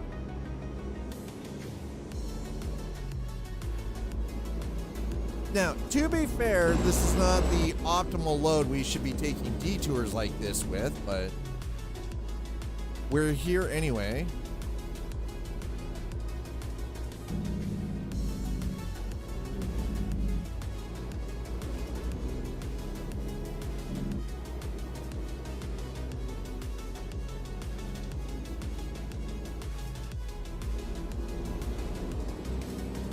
Okay, well, this is kind of cute.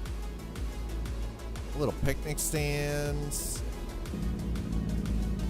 All right. Okay. It's like camping. No, definitely not camping, but definitely. Hang on, son. We're going the long way home. Dad wants to see the construction progress on the cable stayed bridge across. Okay, so I actually grew up with that kind of dad. But again, my father being a civil engineer, yeah, he'd see other construction projects, you know, and he's like, you know, right in on it, wants to see what wants to see what's going on with it and shit. Okay, what do we got here? Okay, hold on.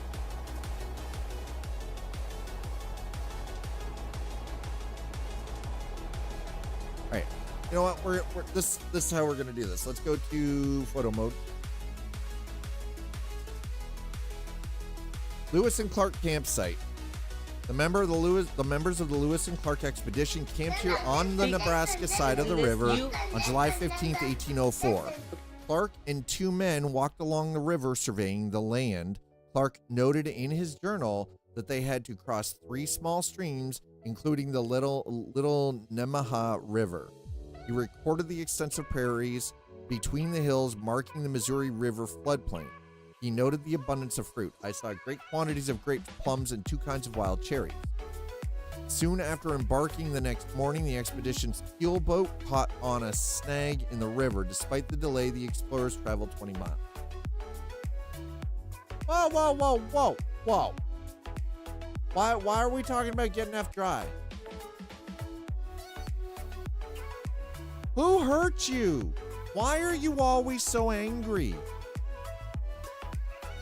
Did you not get enough love as a child? Were you abused and beat?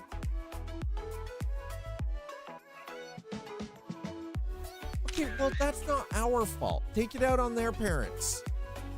Don't take it out on us. You take it out on their parents. Because their children are assholes. Okay? That's how that works. Yeah, I'm taking a picture of that. That's cool. Don't take it out on chat. You take it out on the parents of the little bastards you freaking train for rugby. If they're assholes, that's the parents' fault.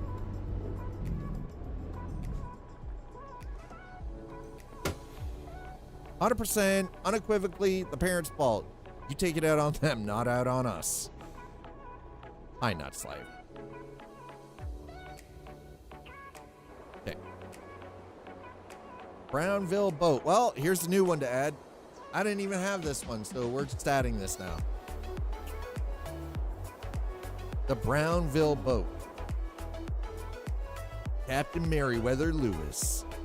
Museum of Missouri River History. National Historic Landmark.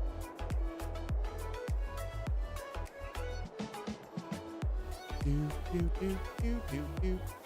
Do, do, do, do, do, do, do, do. Quite the boat.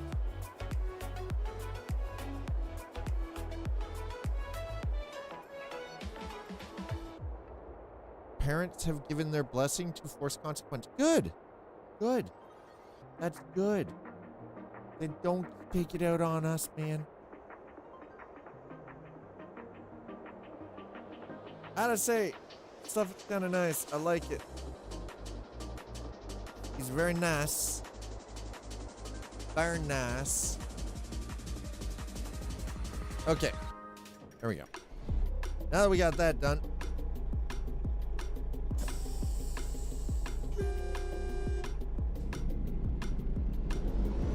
So the Missouri River, huh? The Missouri River.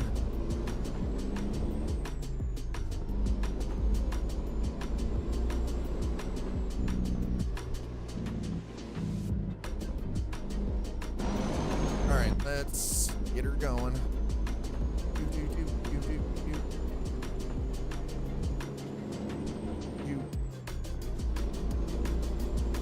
I am curious when we get up here, so hang on this. What do we got?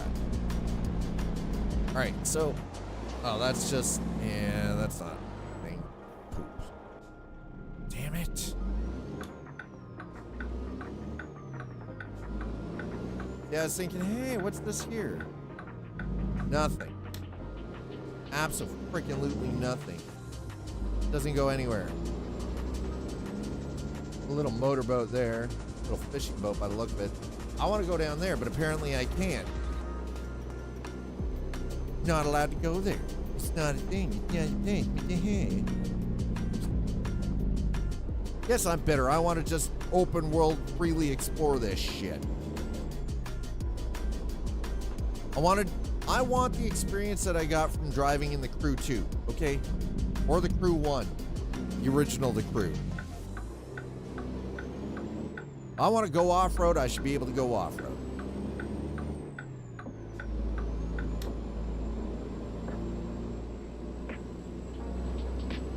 Okay. Are we ready for this? There's the Missouri River. Now, if I remember correctly, this should put us right on the border. So the river is the border. Got it. Here we go.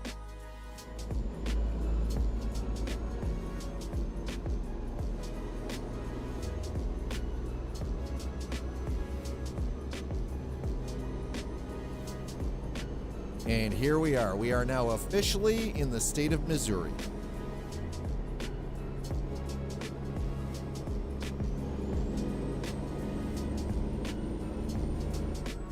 All right, now let's see if we can get to St. Louis.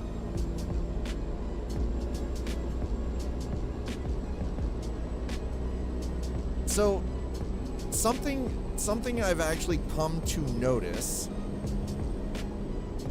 is that with every new expansion for American truck, The new incoming expansion has better overall environmental textures, more specifically with the vegetation. Now, that being said, that means they've been improving their vegetation models. What I'm very curious about, though, is why could they not then just go through on the existing maps, on the existing states, and replace the existing vegetation models with the new model? Why couldn't they just do something like that simply as an update? I'm driving a truck, driving a big old truck, pedal to metal, hope I don't run out of luck. Rolling down the highway till I break, until the break of dawn, driving a truck, my high heels on. God damn it, Jack.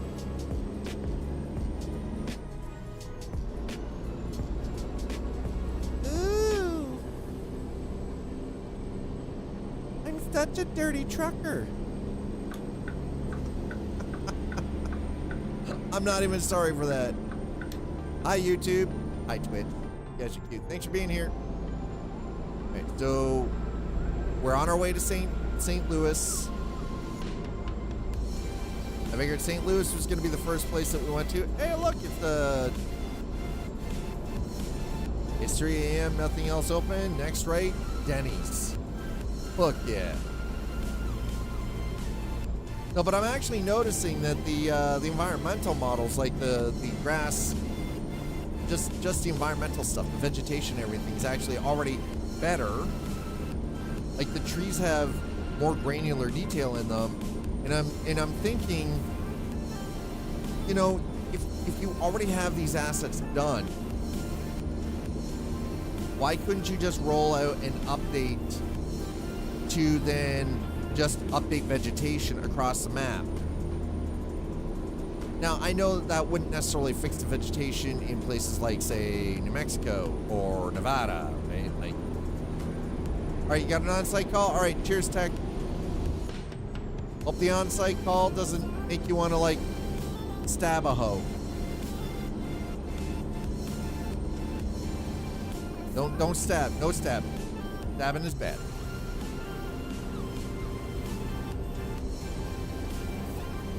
Maryville, 1 mile. Excuse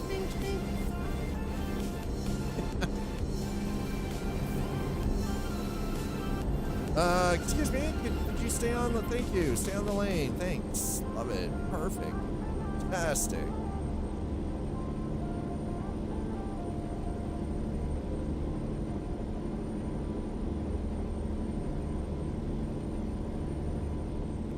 So we're gonna set for 65 mile per hour. It is a 70.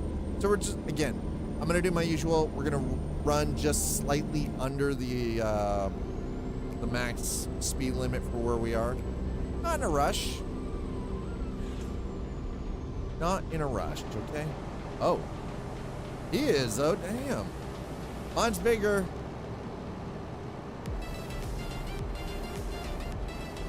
My load is bigger than yours. Do do do. That's not the one. The one.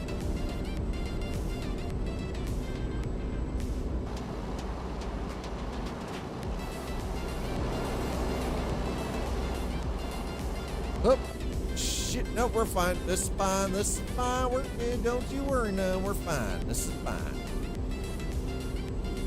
You know, just slightly adjusted. Just adjusted, okay?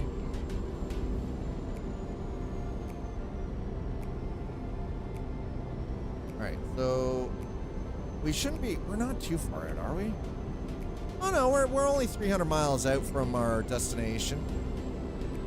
Okay. That's not bad. We're decently close.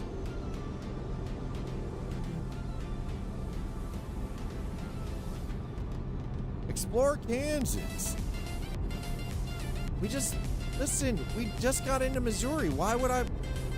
That sign should be headed towards the freaking state line, not opposite direction, not away from the state, but toward the state. You know?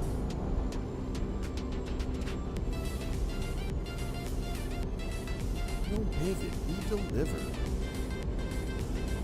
Folks, how are you doing? How's your Thursday? How many of you are currently in Missouri in American Truck Simulator right now?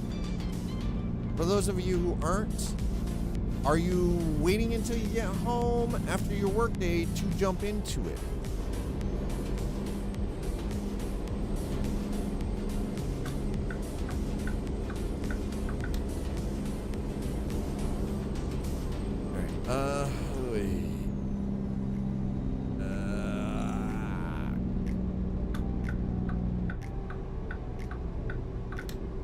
What?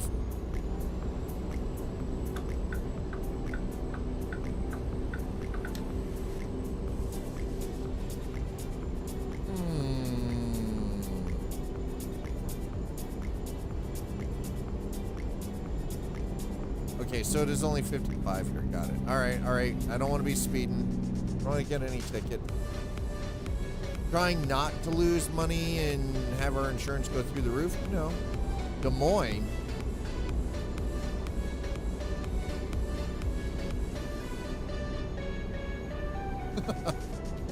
Like, excuse me? What?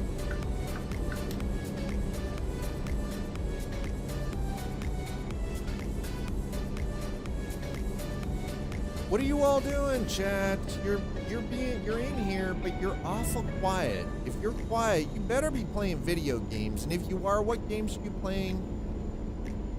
What games are you playing? What are you currently pouring your time in? You guys probably see a Doge behind me right now. Notice she snuck in. Not sure where she came from. Other than the fact that it wasn't here prior. And now all of a sudden she's like, I'm gonna come by and have a visit. And dude, it does look like we're about to get more rain. Would actually explain why my sinuses feel the way they do.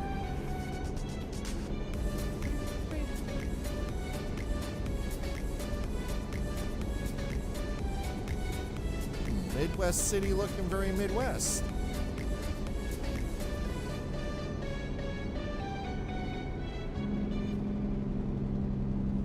Okay, let's not hit the police officer.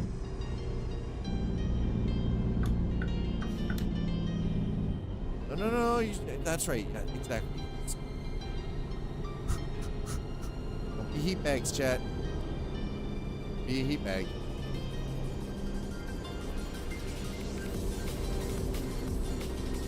The dog is currently pacing, so I'm wondering if she might need to go out.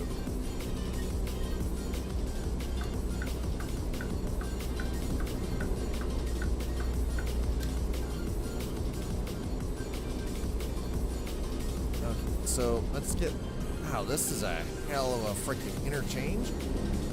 Jesus, bruh.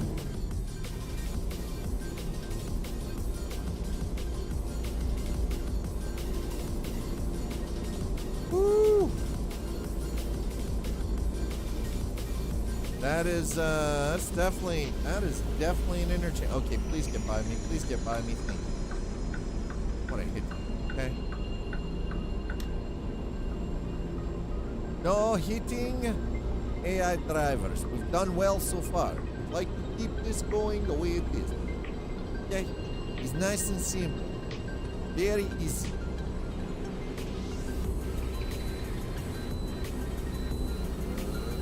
Okay. Oh, I can bypass. Nice. Beautiful. Yes, Hauling Hero, we're in Missouri. We're on our way to St. Louis.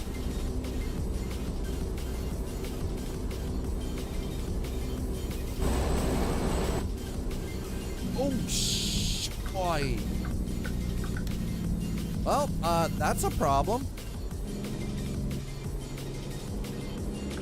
Apparently, the trucks back there just had a disagreement over who was supposed to be in the lane.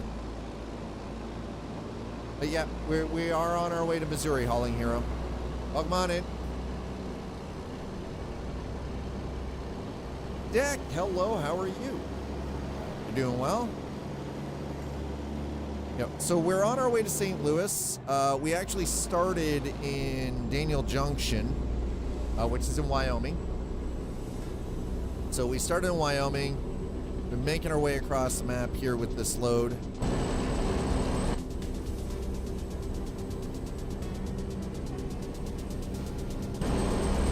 And we're only a few, 3 hours away. So I'm dropping off in St. Louis. Dak, how are you doing? How's your Thursday? How many, okay, real question. Show of ones in chat. How many of you are currently driving an American truck in the Missouri DLC right now? 1 in chat if you're doing that. 2 in chat if you're just playing a video game.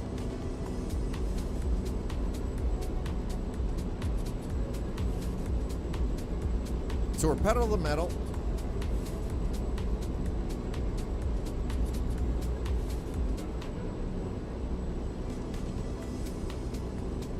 I'm doing working. I mean, Deck's like, I'm just here.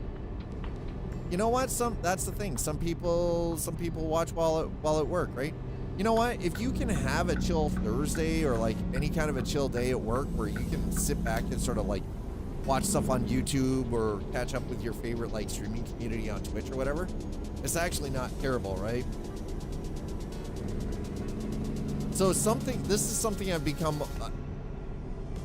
I try to be aware of and try to be a little more conscious of is that sometimes people watch at work.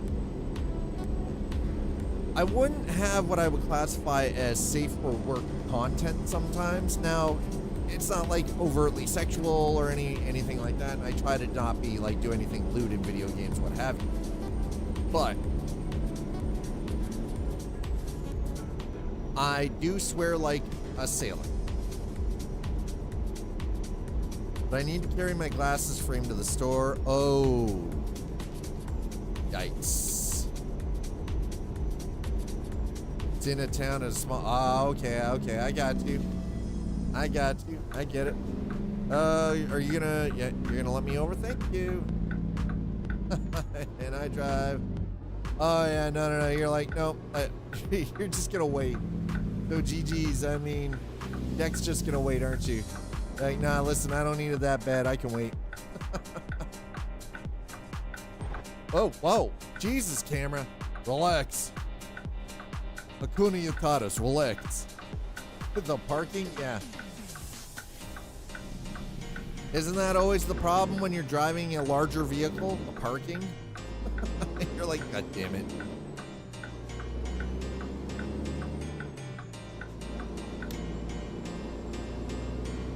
Oh, it's your, wait, this is kind of like your own. Is this your first pickup truck? So it's gonna be, damn. Been living with Edit for 33 years. Uh-huh. Little bit of an adjustment then, Deck. Oh, the glasses? You've been living with Edit for 33 years. The glasses? Man. So here's the thing, for me, glasses, I only need glasses to use the computer. Also first truck, yeah, that's an experience. Yeah, glasses for me is if I'm reading, if I'm on the computer, that's it. Like anything in my immediate area. I'm using my phone, right? Gotta use the glass. But for driving or anything else, my distance vision and anything 3 feet past my face, I'm fine.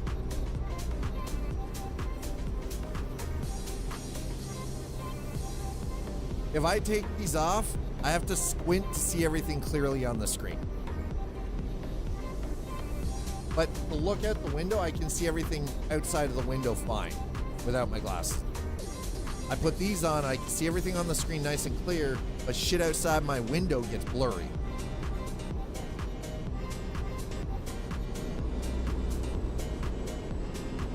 Now, you know what? Here's the thing. I've needed what they refer to as a reader style glass since pair of glasses since I was 19. Gotta tell you, delivering underground with limited space back in, and no matter what the angle, it's a blindside. Not easy. I bet. Hi, Zool. How are you? How's your day? Are you having a good day? You better be having a good day. If not, do I need to come over and, you know, put you in the woodshed? Do I have to put you in the woodshed? There's nobody in there now. You'd be all alone. Remember, I cleaned it out over the weekend. My head's starting to hurt, though. I don't go in the woodshed. Just try it. Are you sure? Oh, yeah, no. See, for me, distance, I can see shit like a mile down the road, no problem. Like, I can see the lights change, you know, 6 blocks down kind of thing. Not a problem. It's just... Oh, listen, bet. I'll take that bet, Zool. I'm pretty sure I could get you in the woodshed if I needed to. Like, no, you're not. Problem is, the woodshed's the squirrel across the river. Okay, listen. I noticed one squirrel in the underbrush on the other side of the river, and I'm never gonna live it down. Ever. So the story is, we were out for a walk. We're out for a walk, local park, right? We're walking the trails. Cardinals at the top of the trees like every time. Why do I feel called out for that? We're in Jefferson City. There we go. I feel like I'm being called out because my eyesight at range is like scary good. Oh, also I have really good night vision. I can see shit in the dark. Woodpeckers at the top of the forest. Deep in the forest. Deep in the forest. Okay, so my eyes work at range. They suck up close. Sorry. DLC's pretty good, Deck. Opposite. Like, listen, I'm one of those people, even holding the phone like this and squinting, I can't see it. It's like, I can't. If I don't have the glasses, I'm screwed. Nope. Okay, we're on our way to St. Louis. Lend me your eyes. Let me make a photocopy. Right? I can see great an inch to 3 inches from my face. Yeah, meanwhile, this is why I end up with animals in my face all the time, because I miss the little fuckers coming out of, like, from here. They come up low, right? They sneak in low and they get in really close, so they get in my blind spot so I can't see anything, and then bam, they're right there. But if they're coming at me from like a treetop, I'm gonna see. I'm gonna be ready. I'm gonna be like, I'm gonna be up, like, come at.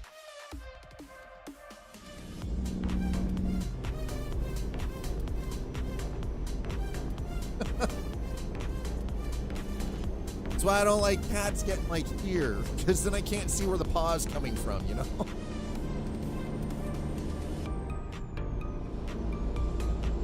But yeah, no, it's, so we just passed through Jefferson City. Again, we're on our way to St. Louis. How are we doing here? Hour and a half. According to the time on delivery, we're an hour and a half away. So ETA is 10:28, according to that. So 10:30.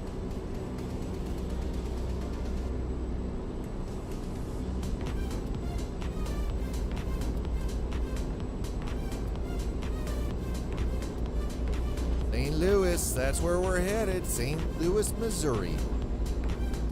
We're gonna see the arch. We're gonna see that arch. I wonder where they're gonna have us. So one of the underground depots is actually in St. Louis, which is kind of cool. I'm kind of looking forward to that.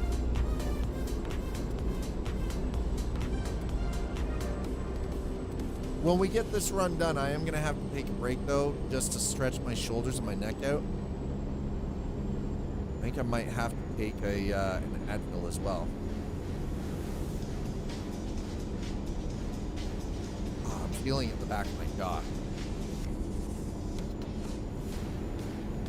It's back here, and I'm starting to feel a little bit of pressure back up here just above my ears. There's also one in Kansas City, Missouri. Largest one in state. Nice. First Nature fire. I mean, I can't say it's dry here because yesterday the weather didn't know what the hell it was doing. It's -2, then it's 10, -1, then it's 6. It's like you literally watch the freaking thermometer doing this. And then it was rain, it was freezing rain, it was hail, it was thunder, it was lightning, it was hail, it was freezing rain. It was like nature didn't know what the hell. What is it now? It is currently 19 degrees Celsius. So yesterday, it was all over the freaking map. Mother Nature didn't know what the fuck was going on. It's like somebody had slipped Mother Nature some Molly. And then, what? No, you didn't have to tell us you were on the toilet. Dude, TMI. Keep that shit to yourself, literally. But then the weird part is, so the weather was completely crazy, and then today, it's like 20 degrees. It's like, it's sunny. It's warm. Windows are all wide open. Freaking, nature's stabilized for the day.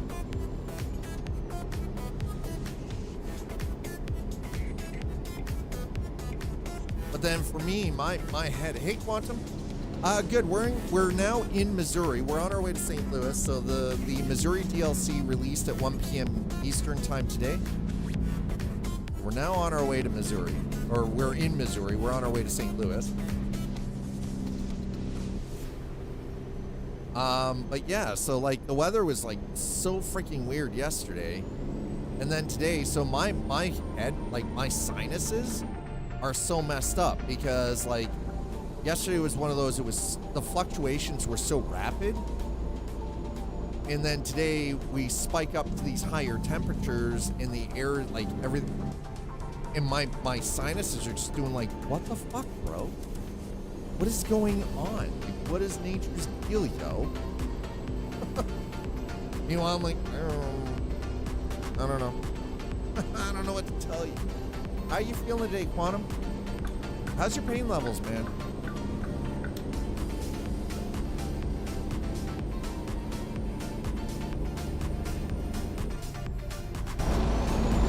Oh, that's beautiful. All those stars is gorgeous. Can't even get Last of Us Part 1 above.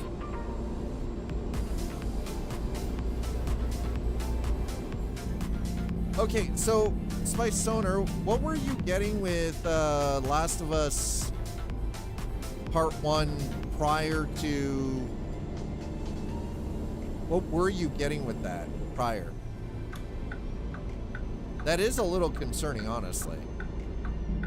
Because you were getting decent frame rate with that, right? Yeah, on old PC, yeah.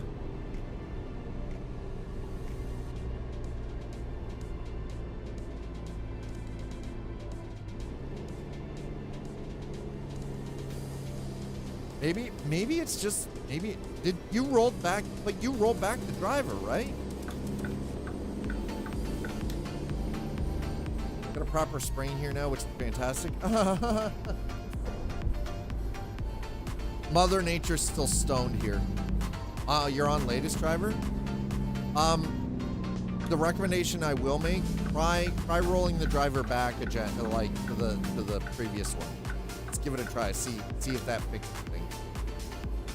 It's honestly short of like a little undervolting and a little underclocking. That's the only thing I can think of for you.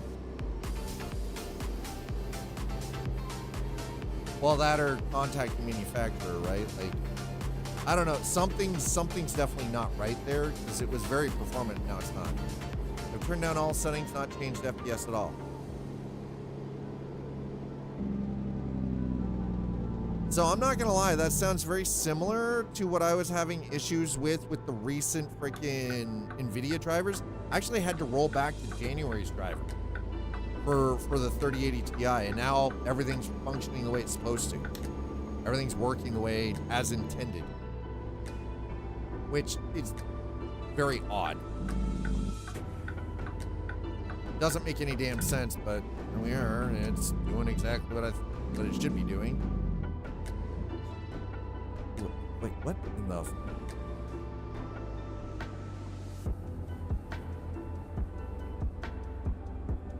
What the hell are those things?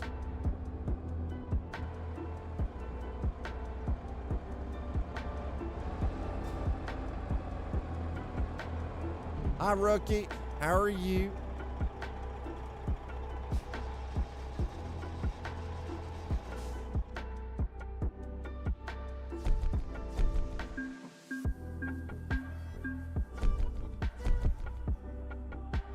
Oh, okay, so that's how, yeah, that took us 2 hours real time. So driving from Daniel Junction in Wyoming to St. Louis is 2 hours real time. I mean, that's still 128,000. That's not bad. I'll take that money any day. All right, so there we go, and that gives us our first one because we're now officially in St. Louis. Alrighty, so let's browse the contract. We are now officially in St. Louis. What do we got? Okay, let's come all the way down. St. Louis, St. Louis, St. Louis. Rolla. Okay, these have to be, what, a minimum of 100 miles? It's 361 miles to Maryville.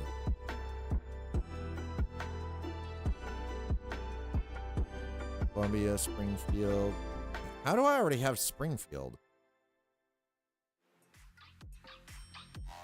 Just load up Last of Us 2, some better port. Wisconsin. No, we're in Missouri.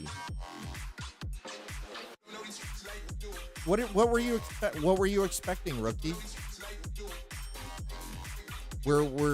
It's not Wisconsin. Wisconsin's up here. It's Missouri. What do you want? What do you want from them?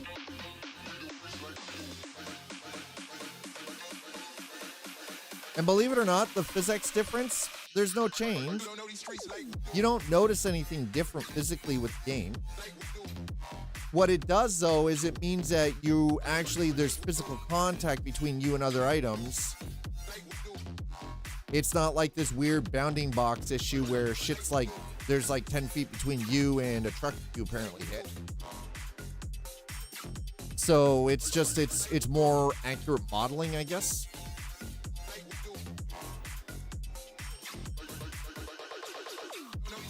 Yeah, considering Wisconsin is up here, and the only two that we know are coming right now that are currently still on deck are Louisiana and Iowa.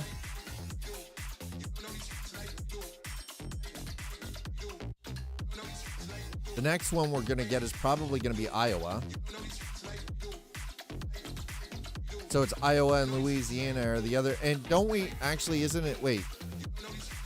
Isn't Illinois? Yeah, it's Iowa, Louisiana, and Illinois are the current three that are still on the list, I do believe.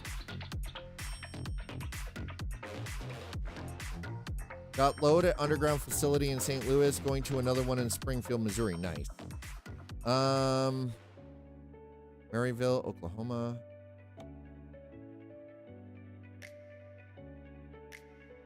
I don't want stuff to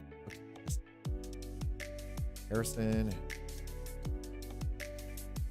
I mean, that's just across the border in Arkansas. Oh, Poplar Bluff. How far is that? 159. Okay, how far do these have?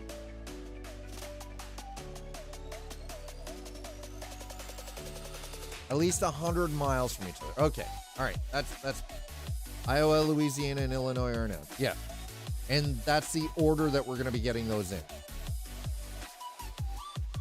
Okay, so we're in St. Louis. We're on page 4. Poplar Bluff. 159 miles. Yeah, you know what? Let's take that one.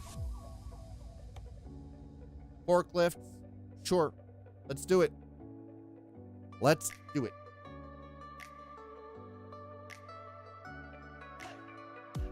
And yeah, no problems with the mods either. My mods are all working perfectly fine. It's dope.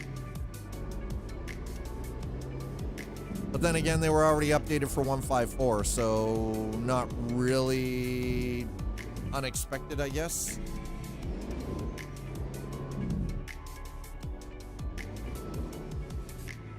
Okay, here we go. Oh, Grab that load. We'll park. So we're in St. Louis.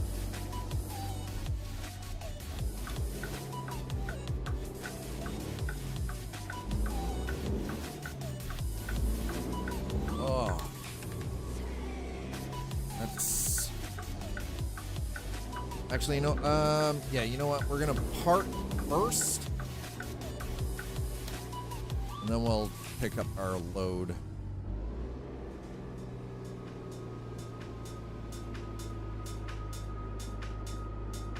See, here's the thing though, is like, rookie, I know in some fashion you're kind of joking, right? Like, oh, I'm too, you know, I'll come back in 2 years for Wisconsin. But I don't know what you expect from SCS. Like, do you want them to be able to put out 10 states a year? They don't have the body. They don't have the manpower to produce that fast.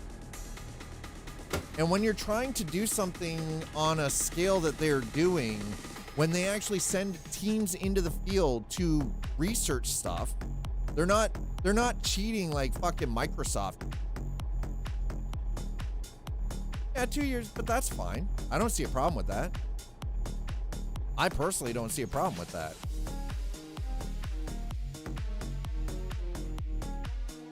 But I do understand though that there are people out there who kind of might be a little mad or like they think that they should be able to just speed walk through this. And it's like, no, I think that comes from a just from a misunderstanding on how exactly game development works too, right? So, all right, so here's what's gonna happen. I'm gonna leave you guys hanging out here in the parking lot in St. Louis, Missouri. I'm gonna grab a quick break. While I'm on break, all of you guys get up. No, I know you're not blaming me.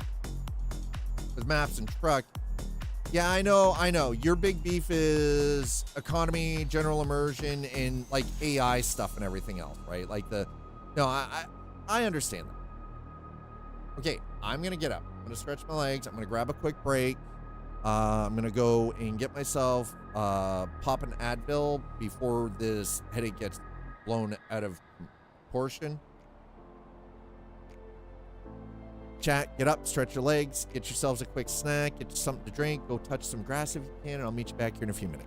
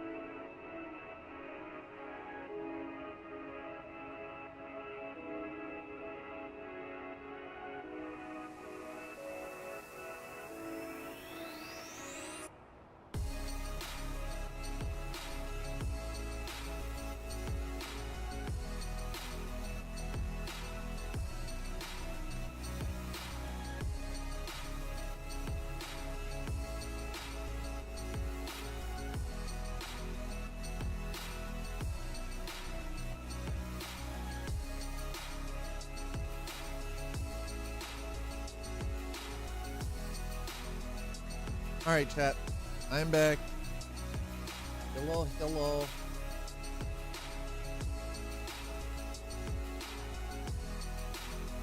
Okay. Hello. Well, no, I get that. I absolutely get that. Risk of Rain. Oh, Risk of Rain 2 is actually a solid game. Oh. Okay, let's. How are we doing? Half tank. All right, we're gonna fuel.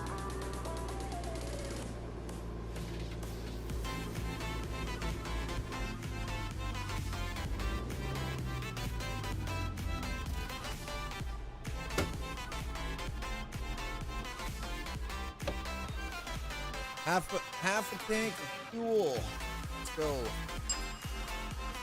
All right. It's hopefully. I'm really actually hoping.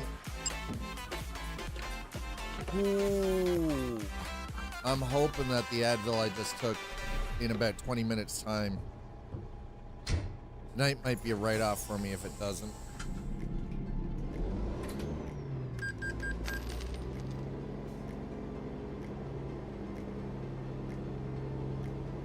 I dislike being one of those humans with major.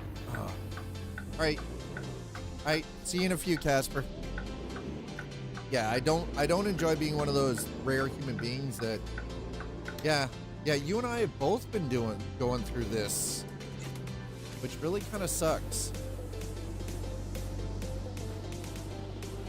Right? Yeah, exactly. It's like, what the hell's wrong with us? Like, seriously, right? Like, man. It's like, listen, I want one, can please, 1 week where nothing hurts, specifically my face.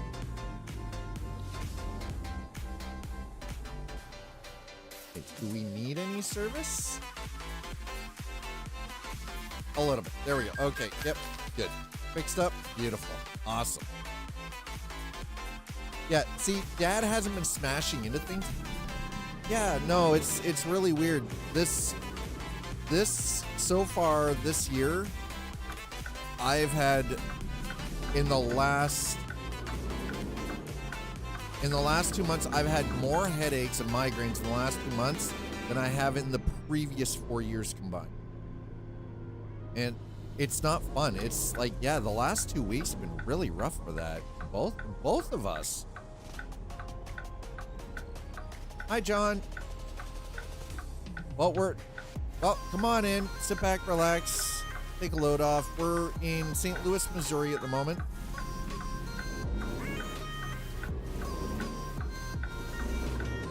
We're on our way to grab another load. And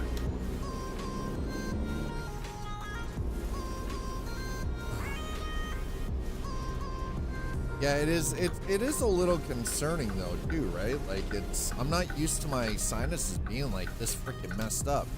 But the weird part is it's one of two things. They're either like I'm feeling this pressure and I have like this almost pseudo headache migraine thing kicking in, or they are like so absolutely clear that I can smell somebody half a block down having a goddamn cigarette outside. Which is like all of a sudden it's like, what, did I just like develop some kind of like mutant smell? What the fuck? I feel like I've turned into like this weird bloodhound. I either can't smell or I can smell everything.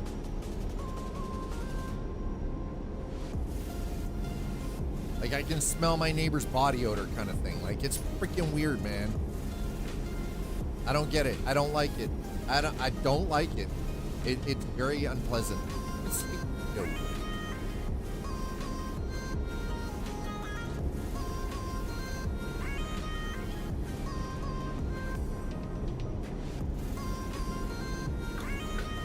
Over.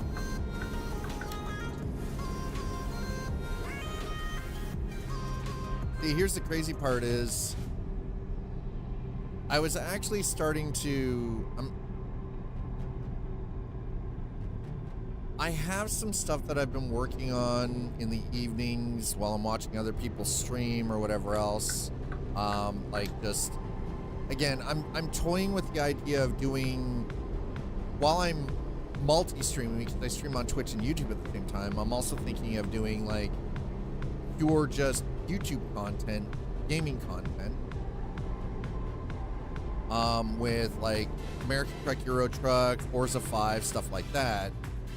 I've been trying to sort of like in my head work like scripting ideas, just a basic script, like just sort of like idea stuff, but there's a lot of other stuff I need to be working on first, like animated emotes and emotes for the Twitch channel. Start getting some stuff specific for YouTube, or you know, like if somebody sends a super chat or subscribes, right? Like stuff like that. Okay. Lay down, you're fine. Pardon? Hey, Bushy. Oh, no.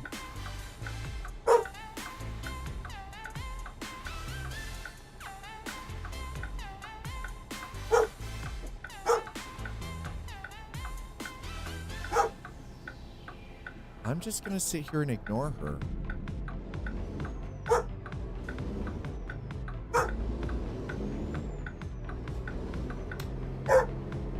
She's literally sitting on my bed right now, barking at me.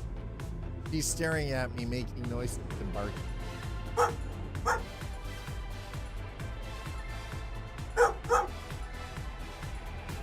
Pardon?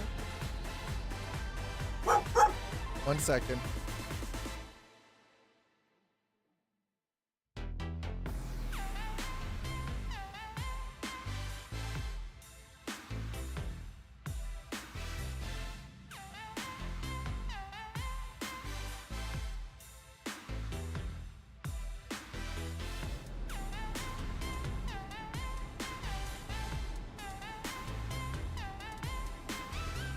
You notice though?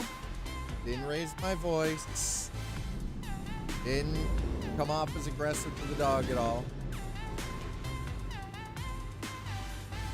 Not even a little bit. Just stopped what I was doing. Very calmly rolled the chair, turned the chair around, looked straight at the dog, and told her to go to her crate.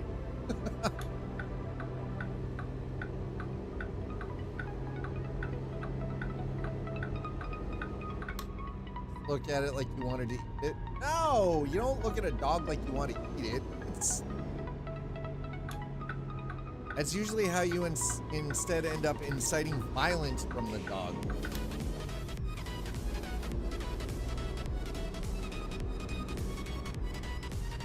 Good looking ones are tastier. It's like, oh, hell no!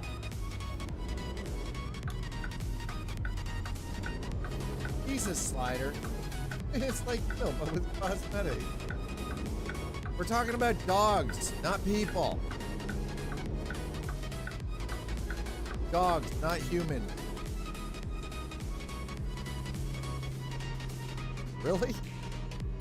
I like that. They don't know, they dead.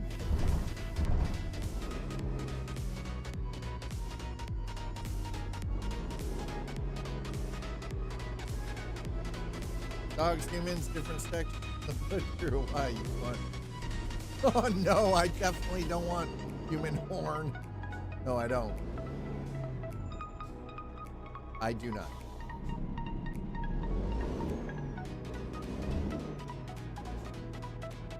Okay, can we just stop for a quick moment and look at this and realize that at least now this looks like a proper depot.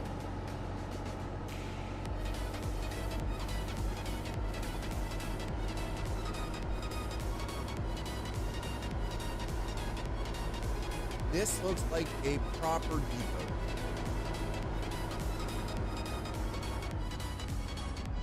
Yeah, I don't know what, she was being real snarky with me too for no reason, like.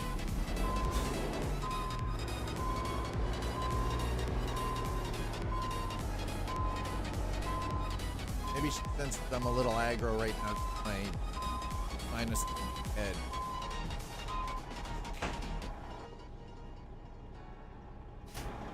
Okay. There we go. Next load. Here we go.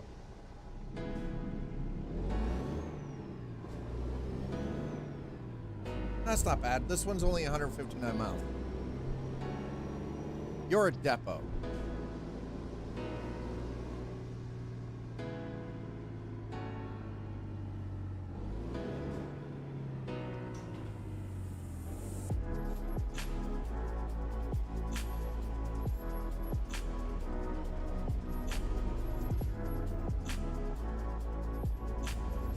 There we go. Depot. No, you.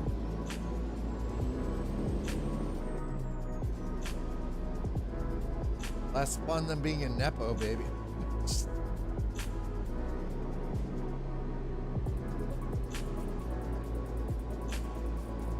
I can't with you, Slider. Chat, I just want to warn you ahead of time that ads start in 2.5 minutes. Just so you know, ads are coming. 2.5 minutes.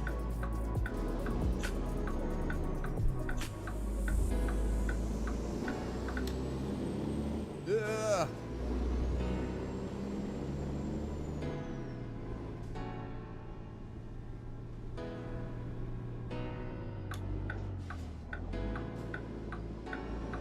Okay, a little wide. There we go. Duel, are you gonna have a weird headachy pain right now too?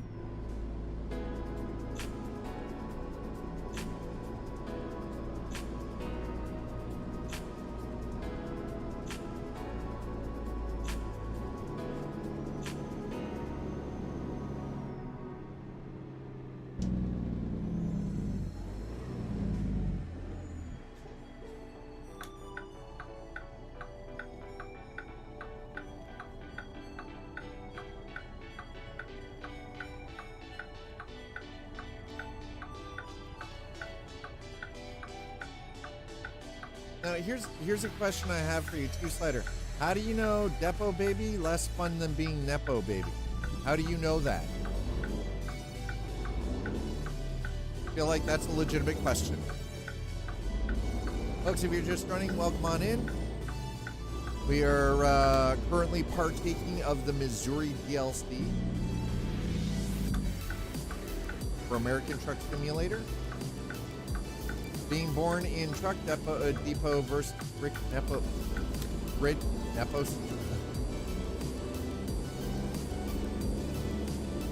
Oh, baby, less fun than being Nepo, baby. Oh my God, one clearly easier.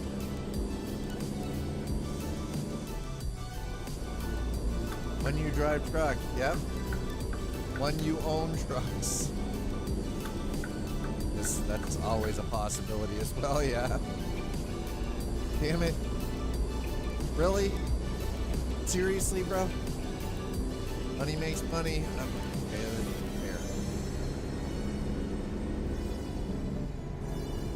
fair. Can't argue the reality of that. It's true. And he does make that is factually correct, yeah. We have definitely been talking about that in the last couple of days, haven't we? That is actually a topic of conversation that we've had here over the course of the last couple of days. The idea of using your money to make more money through investment, like through investing and everything else, right? But no, I know you've been speaking for years about investing when blood creates. In here, 30% cash, dude. I wish, and here it is, discount value. Yeah. I legitimately wish that I could. I got 25 years to figure it out. See, here's the thing again, though, and this is where I think a lot of people rubs people the wrong way in a lot of cases, though, is that it's the idea of investing is great, But if you don't have two nickels to rub together, there's no way to invest. Right? There's no viable way of you to get into the market.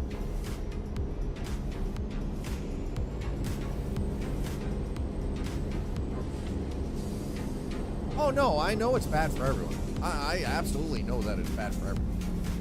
Welcome back, Tech. What the heck is going? Okay, cool. No, that's your own fault. I have my indicator on a lot for. What is going on? What is happening? 1% with no opening fee. I don't believe I can do Vanguard. A lot of that trading stuff you can't do in Canada.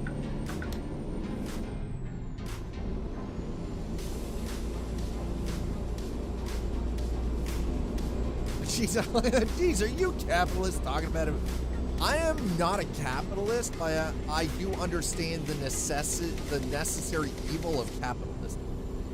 Vanguard.ca says otherwise. Well, there you go. I'll have to check that out. Not that I can do anything with it, but I'll have to check it out.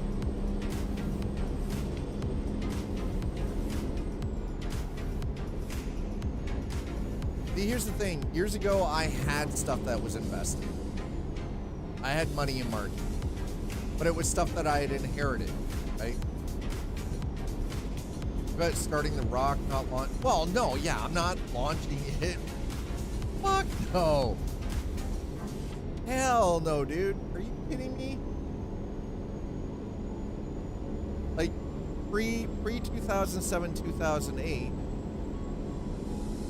and it wasn't much. You know, it was like. It was money that I put away because when my grandfather passed, he had left money to me to invest in my education. I put it into investment, and you know, and I had a guy just handling it for me. You know, every quarter be like, yeah, just put it back, like re-roll, right? Like just keep putting it back in, put it back in, put it back in.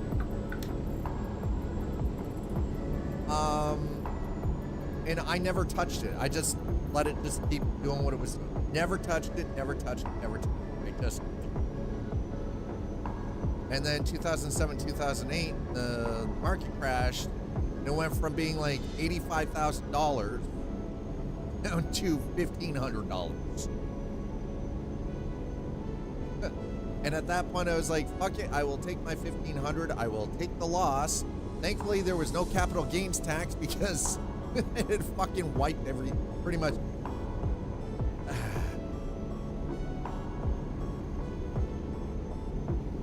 And, yeah. What was I in? All in on Enron. No. I had nothing in energy, in any kind of energy or oil, or I had nothing in that at all. To be honest, I don't even know, like, we're talking 2007, 2008. I don't even remember at that point what it was in.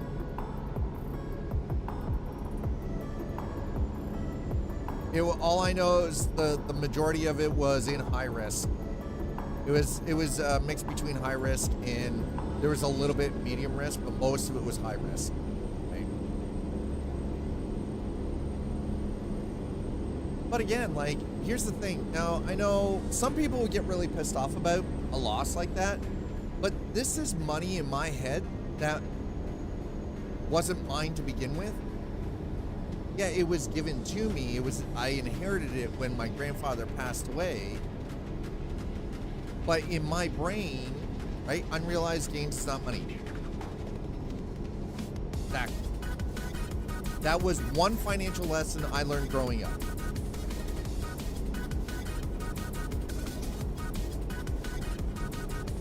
Because I quite literally treated it as if it didn't exist. Right? You know, chips aren't money, same shit, yeah. Like, but I literally treated it as if it didn't exist. I didn't earn it. Right? It wasn't an expectation. I didn't think I was going to when my grandfather passed away. I wasn't expecting to inherit money, right?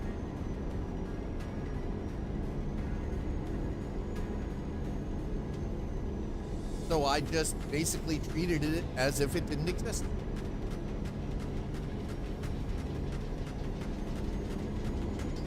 Well, True. That, you know what? It's better than Vegas. It was better than losing it in Vegas. It was better than, you know, it was better than spending it on drugs or alcohol or ladies of the night. Yeah, true. It's an investment that's unrealized. Well, and it's unrealized because, you know, I never really did it. Like, other than I got it, it sat pressed for like 4 months until I turned 18, and then I had access to it, and I literally just dumped it into investment through a local guy, and you know, like it. Now the beautiful thing is I didn't have to worry about capital gains tax. There were no gains. It was a fucking loss, right? There's nothing behind it. I work for it. Yeah, see, so yeah, so and that's the thing. Your wife works in trading, right? Like, I manage like $2 billion, like crazy. Yeah, that's what I mean, right? Like, so it's crazy. Poplar Bluff. I do believe this is where we're supposed to be coming from, by the way. But yeah, it's not like it was wasted. Technically, it's not even really lost. Like, initially at the time, when I got the phone call, I was upset. In my head, that was initially the idea was I was going to use that as a down payment toward a home. That was like, I was like, you know what? Let's keep it in for a little bit longer. I'll be able to throw like $100K down on a $300K home, right? And I've already got a third of the house paid. Dropped the mortgage like massively, right? Like I'd already sort of like completely figured this shit out in my head. And then it's not there. It's like, it was like the house fire. That was kind of, I think that's the reason why when I lost everything in the house fire 10 years ago, I didn't get mad about it. I was like, it's just stuff. Nobody died, right? Yeah, emotional house fire. Yeah, right? Basically. It was one of those, I think that's why I handled the loss of everything in the house fire 10 years ago. And getting screwed by the insurance company, like, and again, let's be honest. Insurance companies are not going to pay out if they find any fucking loophole that prevents them from having to pay out. That, because for them it's business, right? That's how it works. And you purchase the house back, then it could be the same loss after the housing bubble kaboom. But we didn't have the housing bubble kaboom in Canada like y'all did in the U.S. We didn't have the kaboom in Canada like you guys did in the States during that time period.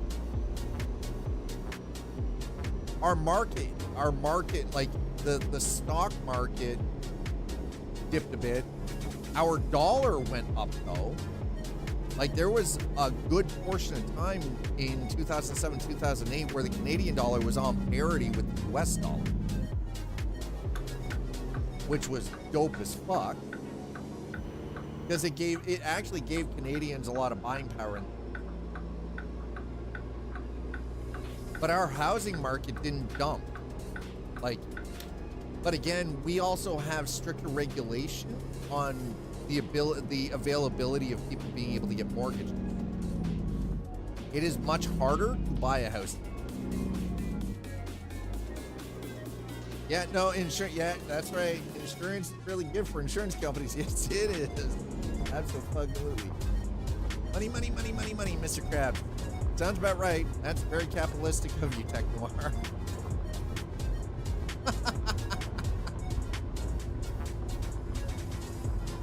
2,000 years later. Give me back my son!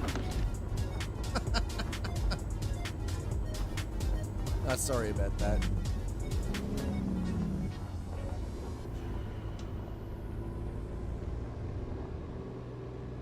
Alrighty, well, how this goes.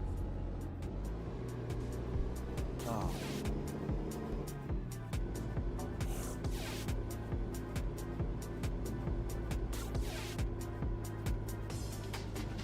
Hey, listen, Two Slider, I know you've got the drone outside. Is there any way you could convert that into like a neck massager for me? At all?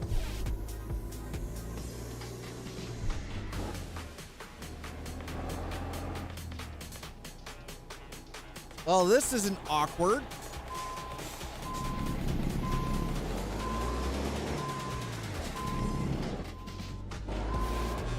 Ah, come on, really? Oh, we are so boned right now. The thing is, though, is like tech, like, and trust me, I understand what you're saying. Like, oh, money, Mr. Krabs. My thing is, though, is like, even to live, you still require money, right?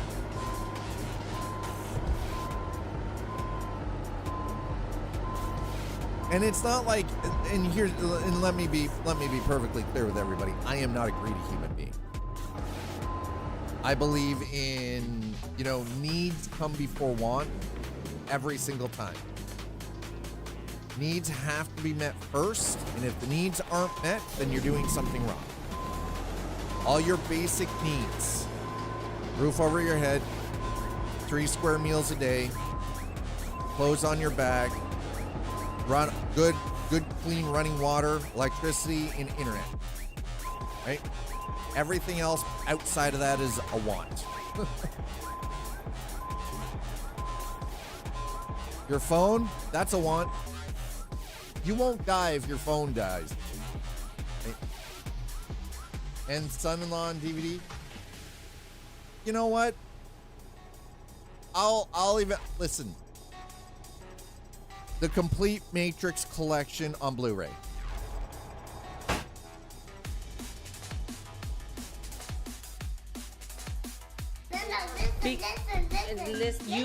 I saw that. Don't worry. Just because I didn't respond doesn't mean I didn't see. That's like, relax. It's okay. There are other people in chat. We're having a conversation. As long as I can pay for my 69 only every month, I'm good.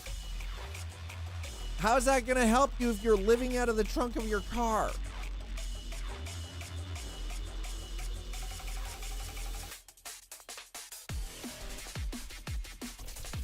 No, I didn't see I saw what you posted in chat. My plan.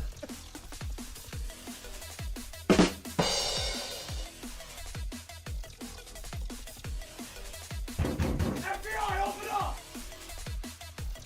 God damn it.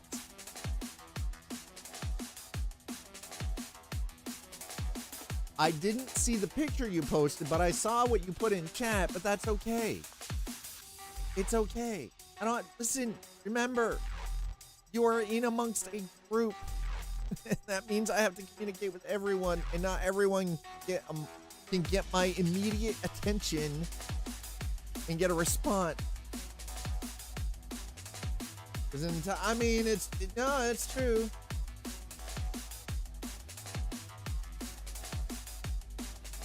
It's true. Two-Sider is right. There's an entire industry around that, and it is an old one. It's one of the oldest. My computer is a need because it provides a roof over my head. See, now here's the thing. Okay, and this is where things get complicated.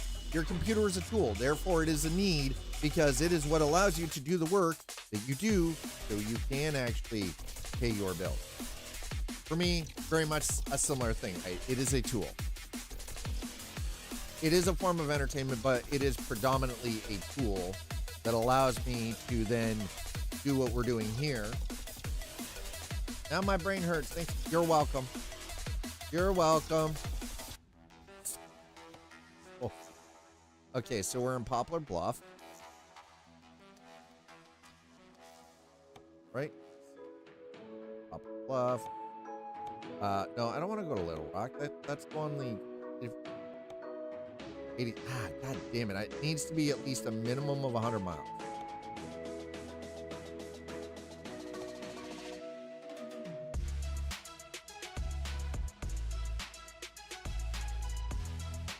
No, that is 1 mile short. Kidding. 1 mile.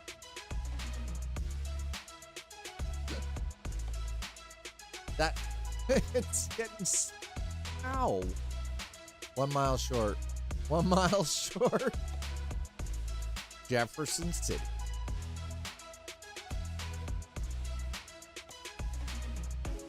I mean, maybe.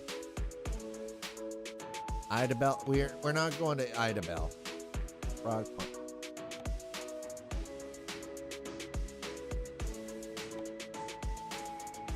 We might have to go to. No, we're not going back to St. Louis. We've already done St. Louis. We need a different. Okay. Might have to do Jack or Jefferson. Oh, there's St. Joseph. 400.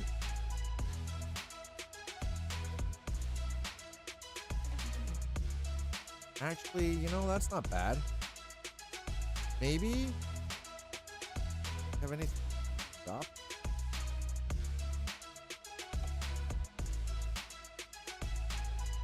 A lot of stuff to Kansas. Stop. Oh, come on. A cable reel? Really? Okay, maybe we can find something different. Oh, that's actually a decent.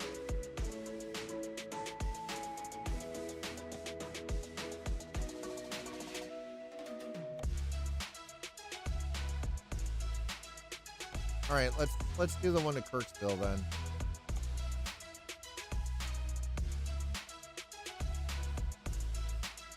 Yeah, I don't want to be doing this giant ass freaking heavy haul. So let's. Yeah. We're going to do the one for Kirksville. Okay. Kirksville it is. Thanks for being here, folks. Happy Missouri DLC Day for all of you.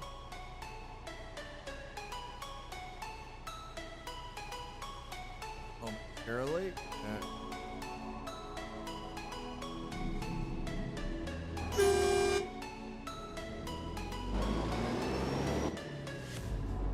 Okay. All right.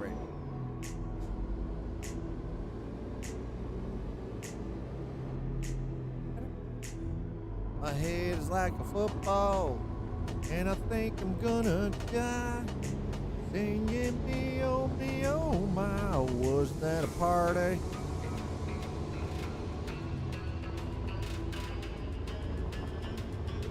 Could have been the whiskey, might have been the gin, could have been the 246 tax, I don't know, but look at the mess I'm in. My head is like a football. I think I'm gonna die. And that, by the way, you heathens, is the Irish Rovers.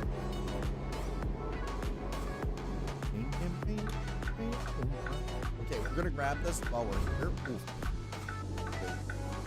Oh, it's a two-parter too. Awesome. All right, there we go. See, this is the depot stuff that I was talking about, though. This is the kind of stuff that we've needed in the game for like so freaking long. And now we're starting to get like legitimate true industrial areas built up.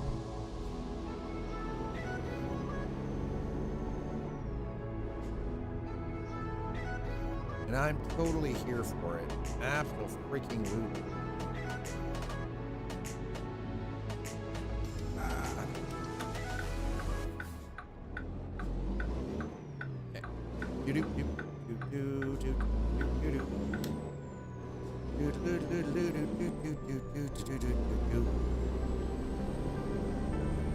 Okay, I have a question. How many of you have already been driving in American Truck Simulator in Missouri and have already finished the World of Trucks with it? How many of you have already finished the World of Trucks with it?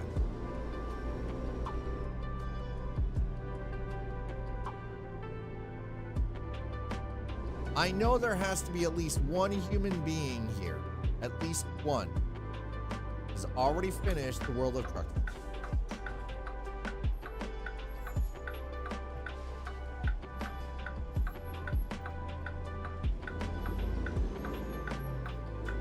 Yeah, I'm getting that. What is that? Okay, that's it. Haven't even launched ATS December. Well, I mean, that's on you, man. You've missed a lot of content since then. Did I just? That was thunder. Oh, we get more thunderstorms.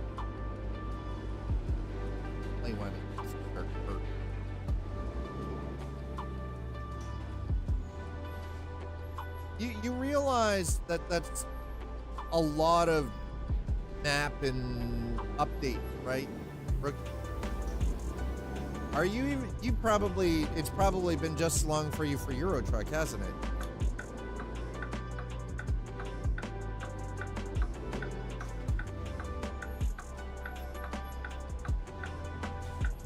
We got 3 of the 12. Well, we've got 2 out of 12 done.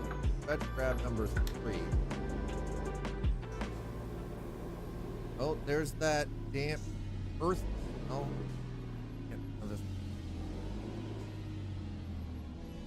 I'm following. Not seeing any update that was interesting. Well, I mean, that's the thing, right? Like, you mean including new areas on the map for Euro Truck and American Truck's not enough? The graphics engine update, not enough? Audio updates, not enough? But he's like, listen, if they fix the fucking game economy and real AI, I'm down. Let's go. By the way, that's not actually a slight towards you at all. I understand that, you know, everybody wants different things from different games. Okay, so here's a question then, Rugby. No, waiting for economy and truck. I mean, we do have truck maintenance, though, and it is broken down in components. We've got wear and tear. You have to do full restorations, right? We've got used truck market. You can buy used truck. Some of them are fucking terrible, by the way. Some of the used trucks are fucking terrible.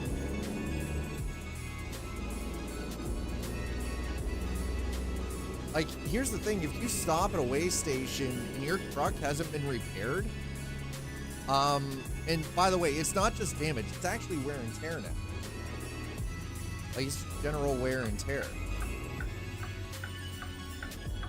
So you have to there comes a point where you have to replace the tires, where you have to replace, like, I mean, not over. Okay, but okay. So here's the thing. What do you mean by realistic maintenance? Like they're modeling each individual component of the vehicle? We're never going to get that level of depth.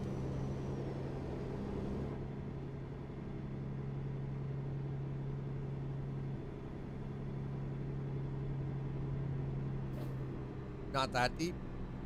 Okay, so let's have that discussion. You want more realistic maintenance. So explain what you're specifically looking for from the maintenance. We've talked about the economy, but I don't think we've ever had that discussion about like truck and trailer maintenance or anything.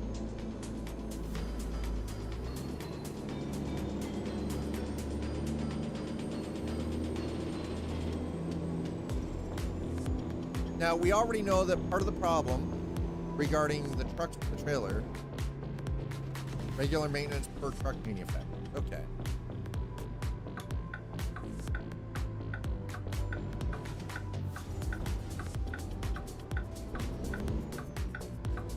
I don't know if it's about time for, about the amount of time that should pass when the truck is in.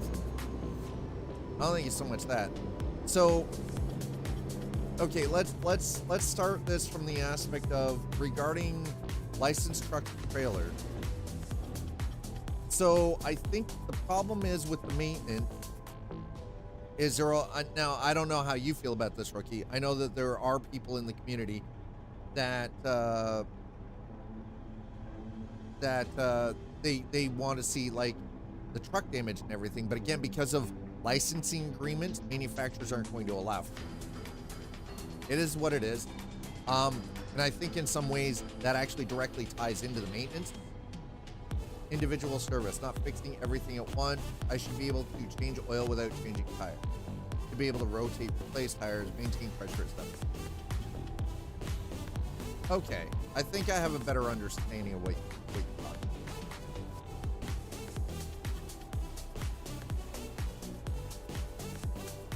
So you want it to be more of a, like, you don't just drive up to a thing, you hit the thing, it shows you, you choose recommended repair, you pay, and then it's done. You want to actually be able to go in and say, okay, yeah, like let's rotate the tires and rebalance the tires, right? And then so, but that might take like 3 hours. So, but as it stands now, I can pick and choose what I repair on the truck.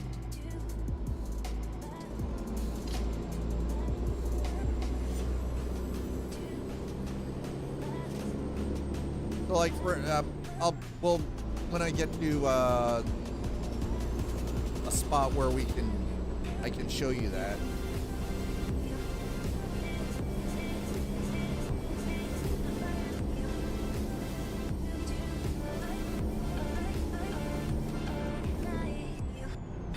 Actually, I should be able to, you know, be able to do it here. So if I go, just check this out. Okay, so if I go to truck, let's go with the Freightliner, right? And I go to,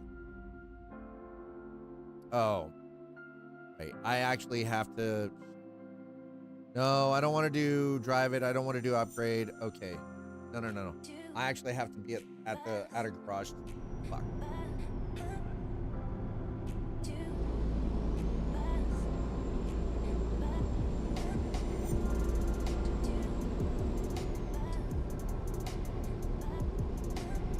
So you don't want it to just be like drivetrain, engine, chassis, and frame and tires. You want it broken down even more individually, part by part than that.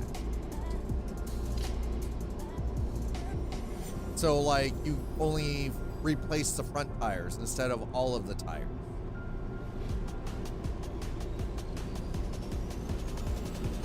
Here's the thing though, is the trucks aren't that detailed in modeling. And I think that's where we're going to run into a problem. And this is probably why we're still, after all of these years, working with a more simplified version of repairing, right? No, it is definitely changed. You don't just go in and repair it. I'll show you. I'll actually show you when I get a chance. Because I'm gonna have to, because I've gotta replace the tires on this truck anyways.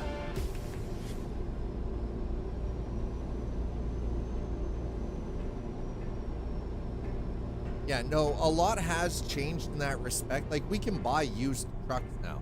And by the way, for the record, used trucks are fucking garbage. I've bought, like in Euro Truck specifically, I've bought a used truck that the chassis was 39% damaged. Chassis. The engine had 47% damage. Individual component. And I didn't have the money to repair this stuff.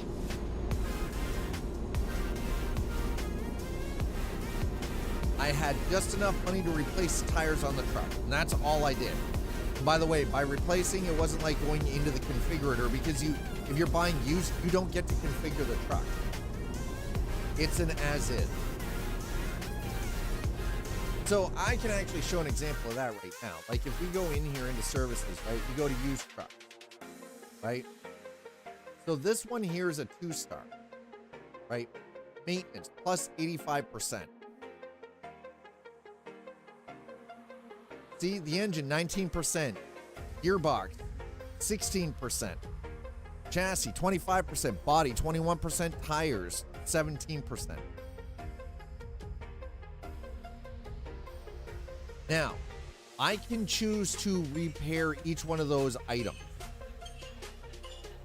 You can also do a full restoration on a truck, which is fucking expensive as hell. Like for me to do a full restoration on this is 380,000.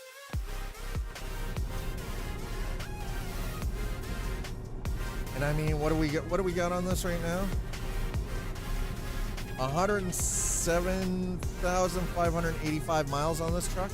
Damn, that's some miles on this baby.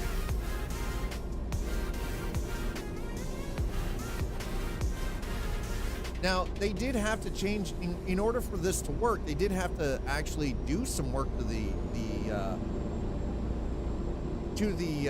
economy. The other thing I think, though, is that there are things that they changed for patches that aren't even in the patch notes.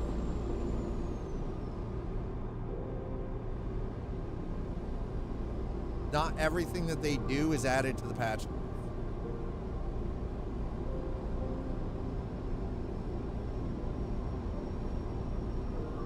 That's something else to always take in mind. Reading the blog, seeing the stuff on, like, you know, when they do the betas and everything, not everything that they have in that documentation is indicative of everything that they've actually changed. Now, I do understand what you're saying. Like, I get it. Now, I have to ask, though, what is it specifically, or why is it that you require, like, much more realistic economy or realistic maintenance? Because this game's never really been about that. This game's more about the driving experience rather than the running a company and the maintenance and everything else. Like, it's a simulator, but it's not like full 100% simulator. Same idea as like Microsoft Flight Sim is not 100%. Right? Like you're not running a flight a ground crew in your flight crew, right? You don't have a co-pilot. You're not running an airline. And even with some of the mods that give you like work, you're still not doing it. Like you're not having to pay money for maintenance and again, like, I think that in some ways that's kind of, if they add stuff like that in where it gets that granular for realism, it pushes the mainstream people away because most people don't want that. They want this experience where you just you can hop in and just drive. They don't want to have to swap tires out or, you know, have to worry about stopping and getting an oil change, or, you know, they get a bad oil change and the truck performs poorly. But that also then, if you think about it, that requires more in-depth modeling of the vehicle mechanically. And that's where you get into games like BeamNG, right? Because BeamNG models that stuff realistically. Models stuff like your oil pan, oil pressure, if the vehicle flips over, what happens to it. Like, and a lot of driving simulators don't, because it would push too many people away from it. I did not like that. Not like how that just vanished off. FS economy using A2A command that I service, including oil change. But here's the thing though, you're using FS economy, using the A2A command sheet, right? But by service, like, how long is the aircraft down for service? Right?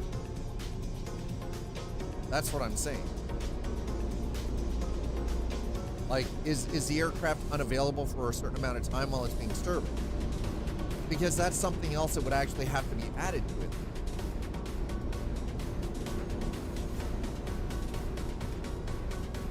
But the other thing is, though, is American Truck and Euro Truck don't have the physical modeling like Microsoft Flight Sim does. For that even to be a thing. That's probably, and that's the thing, that's probably why you don't see any mods for it either. And it could come down the one thing to remember and always take into consideration is it could be an actual game engine, like a game engine roadblock. Like it's a limitation of the game engine.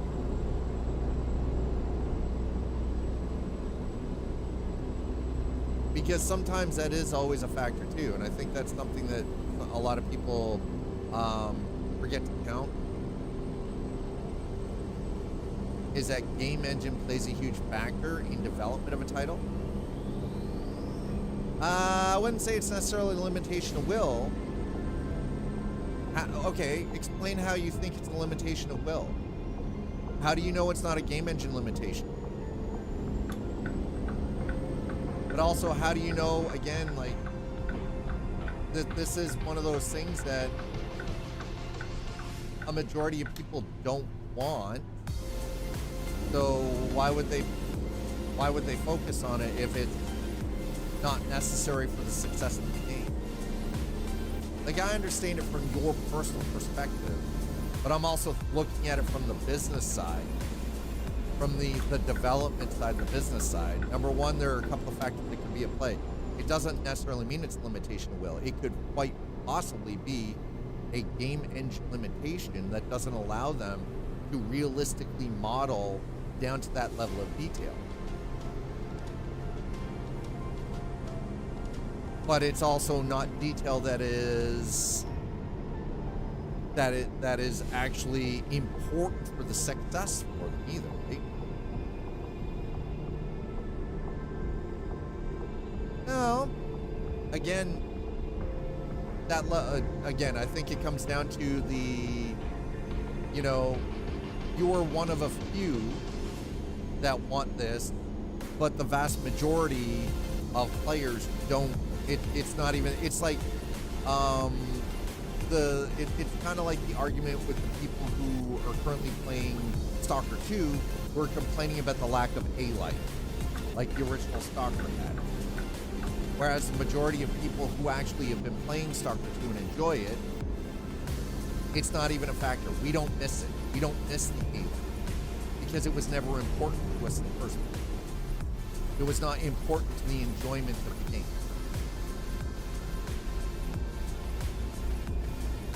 And again, sometimes it comes down to sheer business decision. Is adding that level of detail going to improve the product for the mass majority of players? Or is it going to then become a barrier? And if it's a barrier, most game development, as my own personal experience, they will not do it because the community that wants that is too small and it is not worth the bottom line because it will push people out. And as soon as you start pushing people, the majority of people out to serve the will of a smaller population of players, it becomes a problem because then you're literally biting off your own nose to spite your face. So it's not even so much a limitation of will.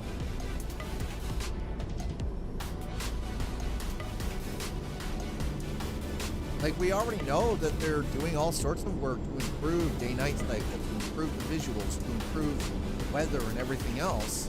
So it's again, they have been updating the engine, but even still, there comes with a point at which it's not worth them doing certain things because the amount of labor required to do it is not going to be worth the financial gain at the end of the day.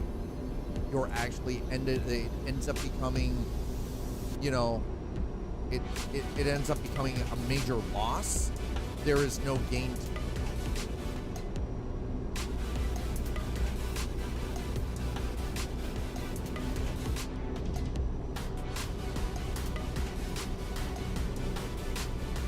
But that's not a limitation of will. It's not even an excuse or a justification.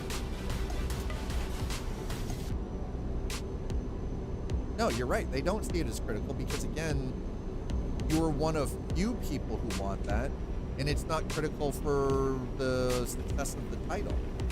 That's not and that's not in of itself a limitation. It's not even a lack of will. It's an inefficient use of resources. That's what it becomes as a business. It's inefficient use of resources. It's inefficient use of time.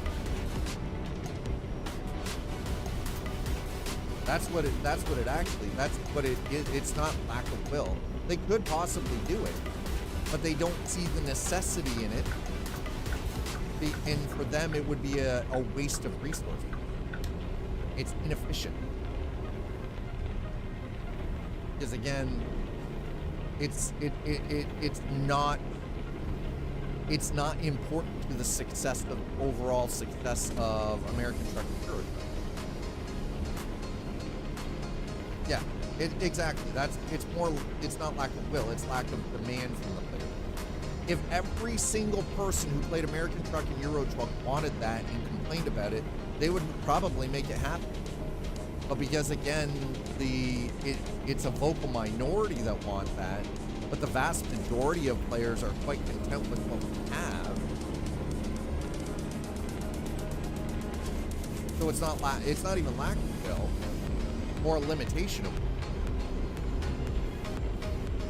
It would be to develop something that a minority group of the player base want in the game would be a waste of resources. No, I know, and that's the thing though. Like, but this is and so anybody who's here, if you're listening to this conversation, hopefully you understand. Like, and Rookie, I know we've had this conversation a couple of times, or a variation. That it's, I'm not coming at, and I'm not being angry, or it's like legitimately like open discussion. Nobody's butt hurt. Let's discuss it, right? Like, let's throw the ideas around and see what. Like, and it's not even so much about like agreeing or disagreeing or anything, right? Like, and that's the thing. Like, I can't speak for Rookie. I can only speak for myself. I'm not going to be slinging any mud here. I'm not mad about it. Like, but I'm not necessarily going to defend SCS or justify, because I can't even really truly speak for them. I can only speak from my perspective and my experience working in game development and having relationships with a variety of different devs.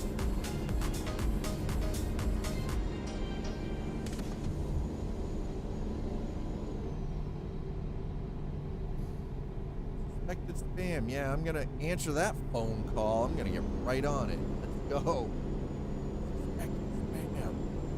Yeehaw, I'm gonna jump on that. Oh, man. Alright, I think this might be the final.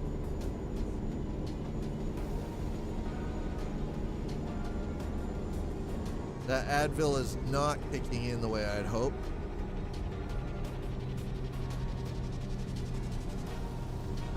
Whoa! Bro! Brake check me again in that Hellcat, I will pit maneuver you off the road. Okay? Just saying. I don't care. Oh, now I can't. Cops in front of me. What? Well, listen, if AI bro in the freaking Hellcat had brake checked me.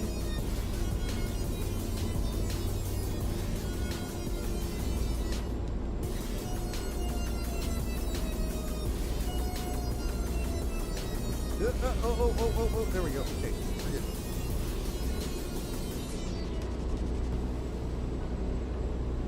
I'm gonna have to do some work on the truck, I feel.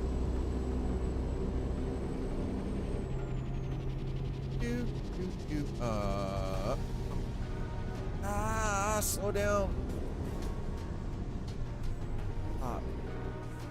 Like, Texas. What?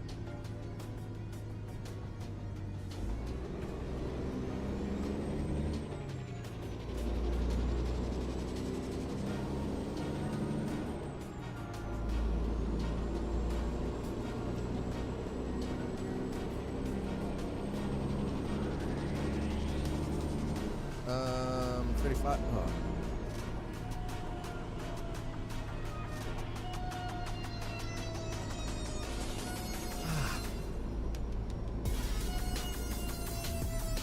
I think SCS is misguided by some local fans. There was a quick exchange during one of the streams about optional features, random events.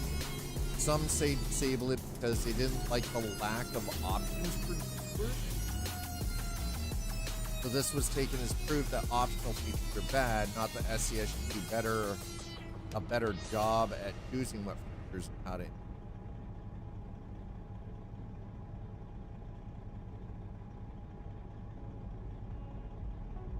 They disable it because they didn't like the lack of options.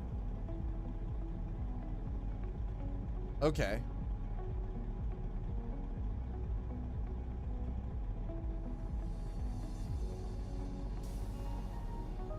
Sometimes, okay, so the other thing, sometimes I wonder if part of it is like a language culture barrier though too. Does that make sense?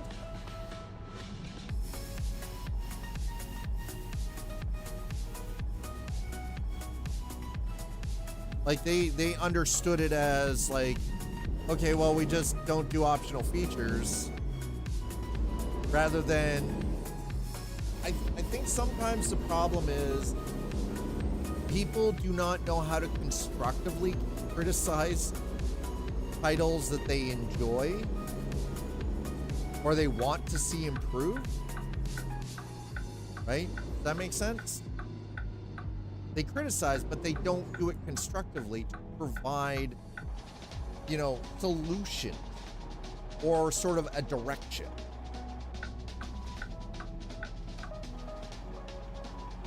And I find that that's actually kind of a thing across the board, even with early access titles, where people come in on an early access title, which is effectively just a paid beta, and they piss, whine, and moan that the game doesn't function the way they want it to. But then the way they talk is they're acting as if they were expecting it to be a finished product. And it's like, no, right? Similar language, right? Like, it's like, okay, well, you have criticism. Okay. Instead of being butthurt about it, right? Which, let's be honest, there are a lot of gamers out there that they just get angry and butthurt, and they're not articulate with their language. They're just like, they go off the rails and they get all pissed off. They go, "Oh, fucking game jump because of this and this and this," and they just get angry, rather than, okay, well, how about we sit back and we discuss how can we, like, point us in a direction? How do you feel that this could be improved? Why do you feel that this is something that would be beneficial to the, like, provide proper feedback? Because here's the one thing I've actually come to realize, and again, this is me coming purely from experience, doing QA testing, right? That if you provide quality feedback, that then gives the developers a chance to sit down with their team, because it gives them a direction, it gives them a heading, right? Well, and now the thing is, though, is Rookie, again, being a niche player, but also a niche community member, we can talk about this stuff. It's not just a complaint. Like, this is the kind of conversation I think, though, that more people should be able to have with their favorite game developers.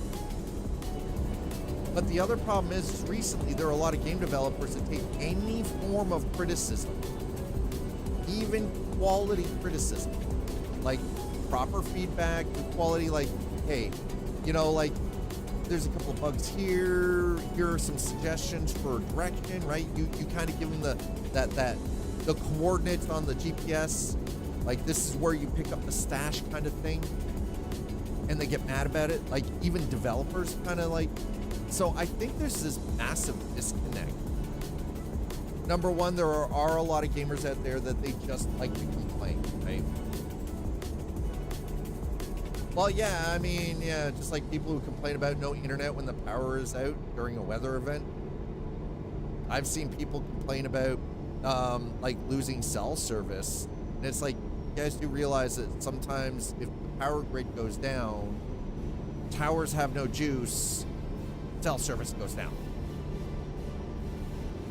Internet services require power.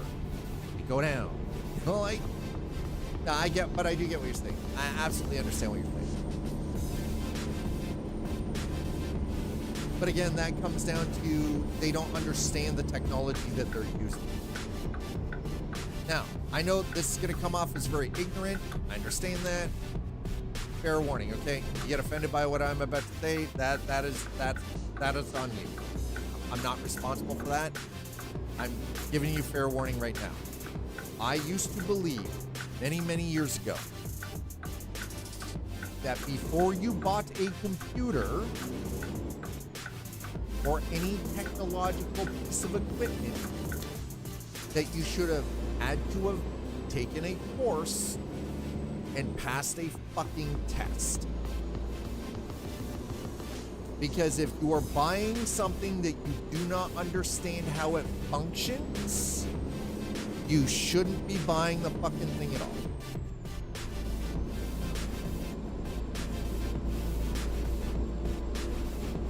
Or at least understand the basic, right? Like, buy a new computer. You never owned a computer before. You buy a new computer. You're new to technology. Understand it requires electricity. That means you need to plug it in. Make sure that the power button is on before turning it on. Make sure you match the connectors on your computer and your peripherals and your screen. Plug them into the, like, follow the instructions. There can be an instruction sheet, follow the instructions. If the power goes off, your computer does not work. Your lights don't work. Why do you think your computer would work? Why do you think your technology would work? Like, it's the basic, right? But it's crazy how many people don't even understand the basics of the technology that they're using. Requires electricity. Well, if there's no electricity, like, okay, mind you, with the phone, you got a battery, right? Or a laptop, right? Well, great. Okay, yeah, sure. Power goes out, I still have my phone. Without power, I have no Wi-Fi in my. How do they complain about no internet, Colin?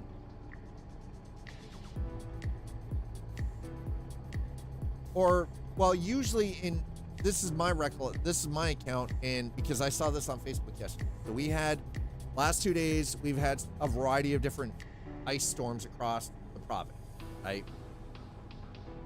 I actually read on Facebook a post from somebody I know IRL. I've known them since they were 12 years old, complaining about how the phone had power. They had no power. The power was out for 30 hours, but they also had no cell service. And when they finally got cell service back, they jumped on Facebook to complain about how they went for 30 hours without internet or cell service because there was no power. And how in the modern age, it is absolutely ridiculous to think that they could be without internet that long. And they didn't understand why there was no internet.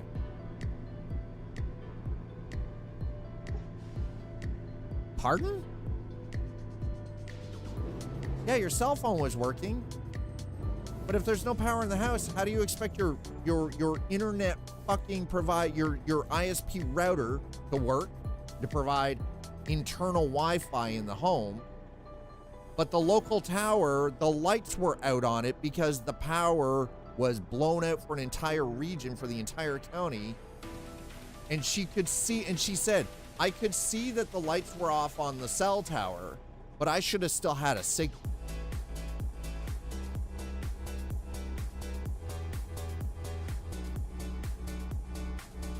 And I'm like, do you understand how the tower 2 fields over and your neighbor's fucking field work?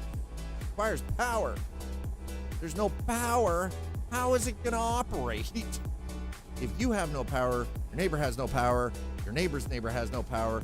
The tower in their field has no power. How are you going to get cell service and internet? Right? Power's out. County's out. The fuck? Well, so the thing is, though, is now he lives in an area where they're still working on upgrading cellular service, right? So some of the towers in some of these farming communities are decades old.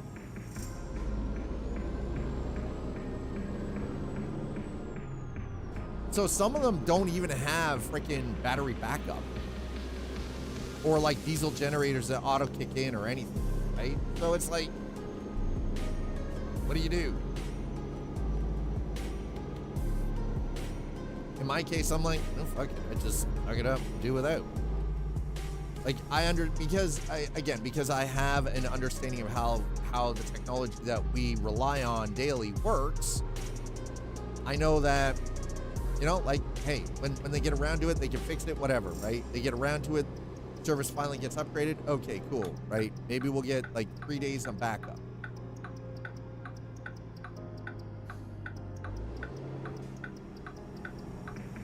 Well, and that's the other thing too, right? Because, and I think another thing that some people seem to forget is we had ice storm.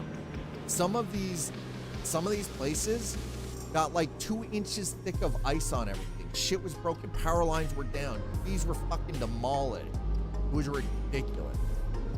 Like, it was a mess.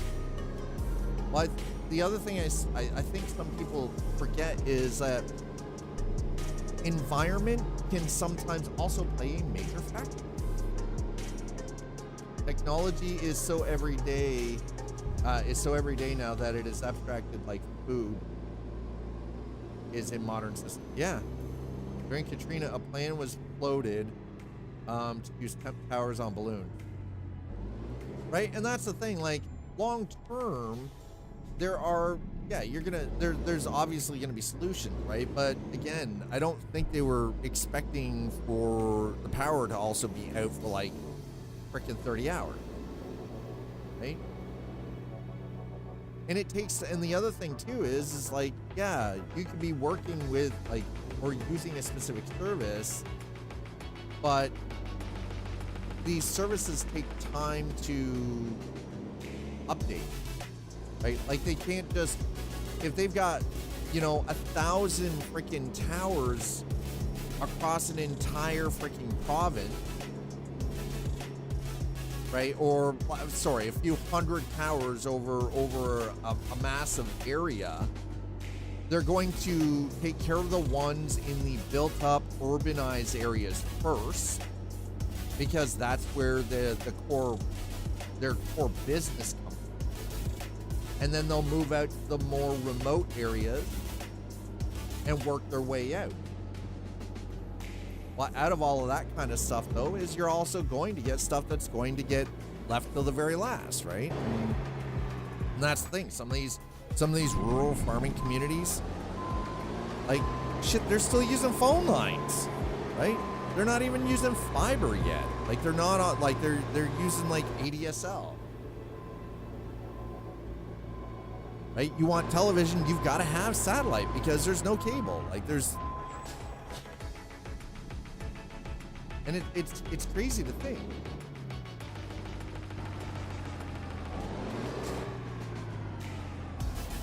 But it's one of those, I think a lot of it too is we've become so accustomed to things just being there and being functional that when they're not, we freaking flip a switch, right?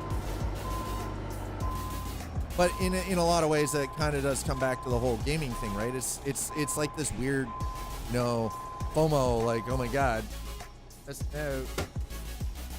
So I got to get in and get into like the early stuff, but it's not finished product, and you complain, or just complaining in general without being, without any kind of, constructiveness to actually assist in improving the product that you want to see succeed. Whereas, but then we have somebody like Rookie, member of this community, who we can have these discussions. And again, It's obvious it's thought out. It's not just a complaint. It's like, you know, spend time looking at it. It can't, again, you can be upset that one of your favorite titles doesn't function. It doesn't have some of the features that you want. That's fine. Shit posting about it on the internet is not okay because that's not constructive. It doesn't fix it. It just makes you sound entitled. But if you have an idea on how, or at least a direction to point the development team, right? That's how shit gets done. Give them the guiding star, right? Get people on board, give them the guiding star. It doesn't always work, but at least it's a good starting point. Also builds a better rapport with your favorite developers too, right?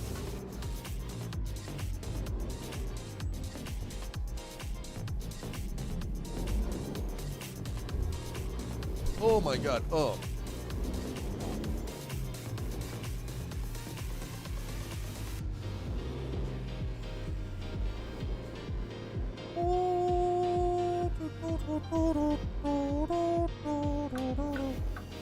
Alright, oh, I thought that was actually a legitimate gas station. I was just across the road and go, hey, fuel.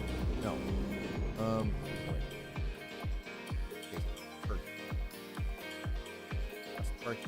Oh, I need.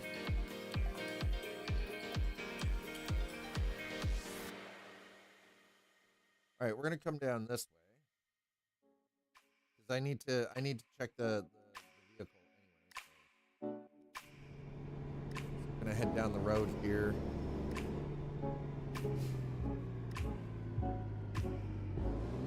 Oh.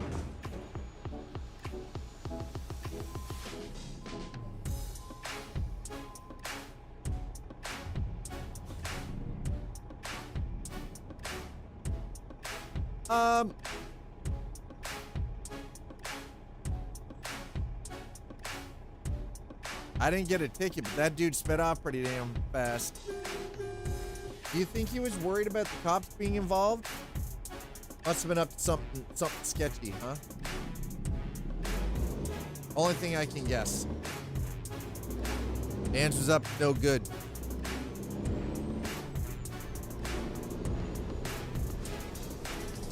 He wasn't insured, might not have even had a license. For all we know, if he had gotten wheeled, he might have blown over. Driving with suspended license, uninsured, drunk off his ass.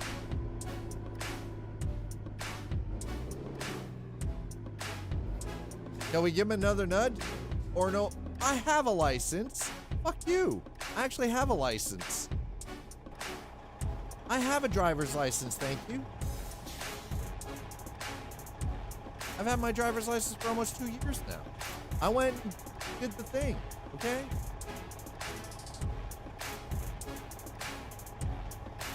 Two years ago. Where have you been? I don't own a car, but I have a license. I can legally drive. By the way, I would never illegally drive. That's a good question. Where have you been? I did that 2 years ago.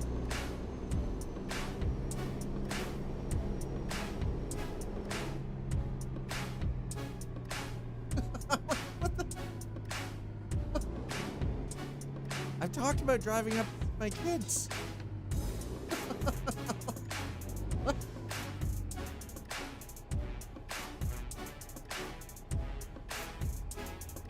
I still have concerns that I'm going to have like problems with my spine while driving.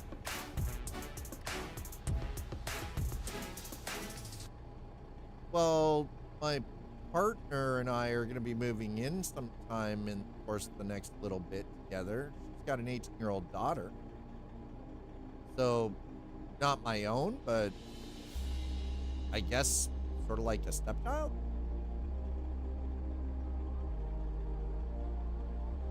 Hell, she and I have even been like, and that's like 16 months now. That's been like 16 months. She's even a moderator in here.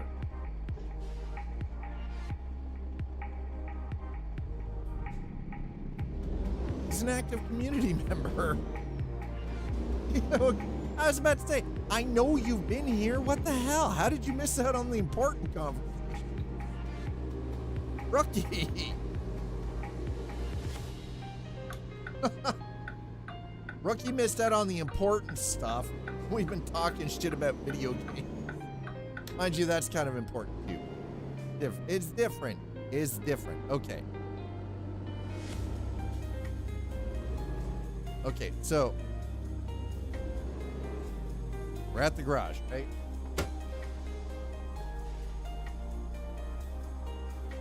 We go into service. Now, I can do service recommendation, right? Just hit the recommendation, recommended, and do and just fix everything. Right? Or I can do this, right? And say, I just want to fix the 3% of the chassis, right? That 1400, confirm, pay, and it fixes that. Now, it has 1%, and we have individual wear. So tires, engine, transmission, chassis, cabin, wheel. Now, I know this is probably not as detailed as you wanted, but you notice it only fixed the one item that I wanted. Now, if I hit service recommendation, right, it's gonna, now, here's the best part, this is the crazy part. So, if I go to here, it will cost me $30,000, right? Because of the damage to the cabin, which is only 1%. Now, not doing that. I'll actually do that. That's 1,100. But the wheels I'm actually going to replace. So I want to replace the wheels, 7,460, right? So I can just leave them as they are, or just do the quick little, like, put them on the machine, kind of like rebalance them kind of deal, right? Or leave them. So they have made changes.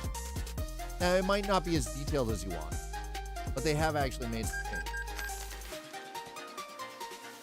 And by the way, if you come in here and you want to do request a total restoration. Oh, it says my vehicle is in perfect. Oh, because I've already, right, because I replaced those.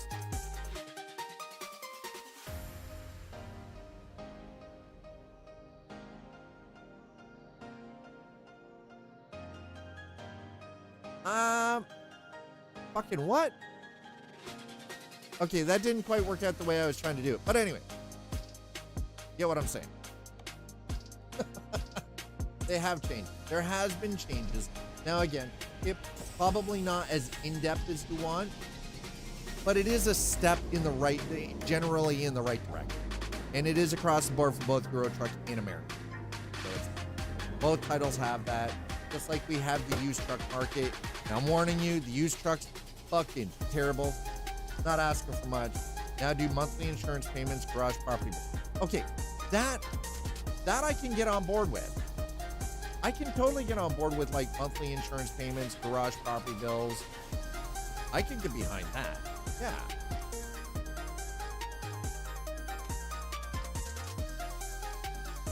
Okay, getting some best. All right, we're fine. All right, we've got.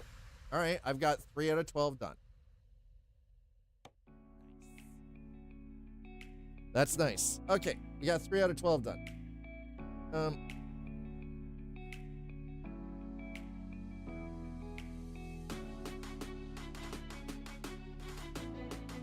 Okay, cat. We're gonna get out of here. It is 5:45 p.m. my time. Wrong. There we go. That's we are gonna get out of here. My head is still my head is starting to throb a bit more, and it's getting under my eyes still. But I also still need to kind of figure out some food. It is what it is. YouTube, thanks for hanging out with me. Appreciate you. You guys are awesome, as always. Y'all are cute. But thanks as always for hanging out. Thanks for hitting the likes. Thank you over on YouTube for the subscribes. It is really, truly appreciated. Every single one of those is a push forward and help the channel grow.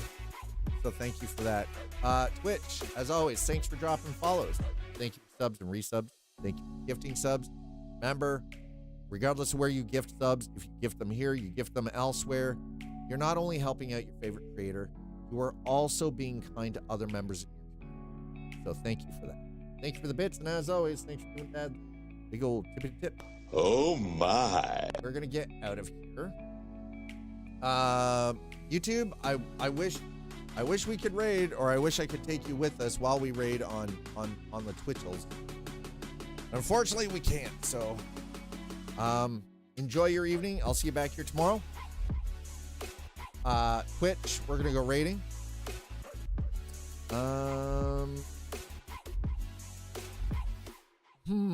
You know what? I think I'm gonna send you guys over to Loken. Loken is messing around right now in Star Citizen. So let's go say hello to Loken Plays. Go give him love. By the way, when you get to Loken's channel, throw that command into his chat. Exclamation attack when you get over there. Believe me, it's a freaking blast. Do it. Do it, do it, do it, do it. Attack. Attack, attack, attack. Attack. And possibly they may defend. Chat.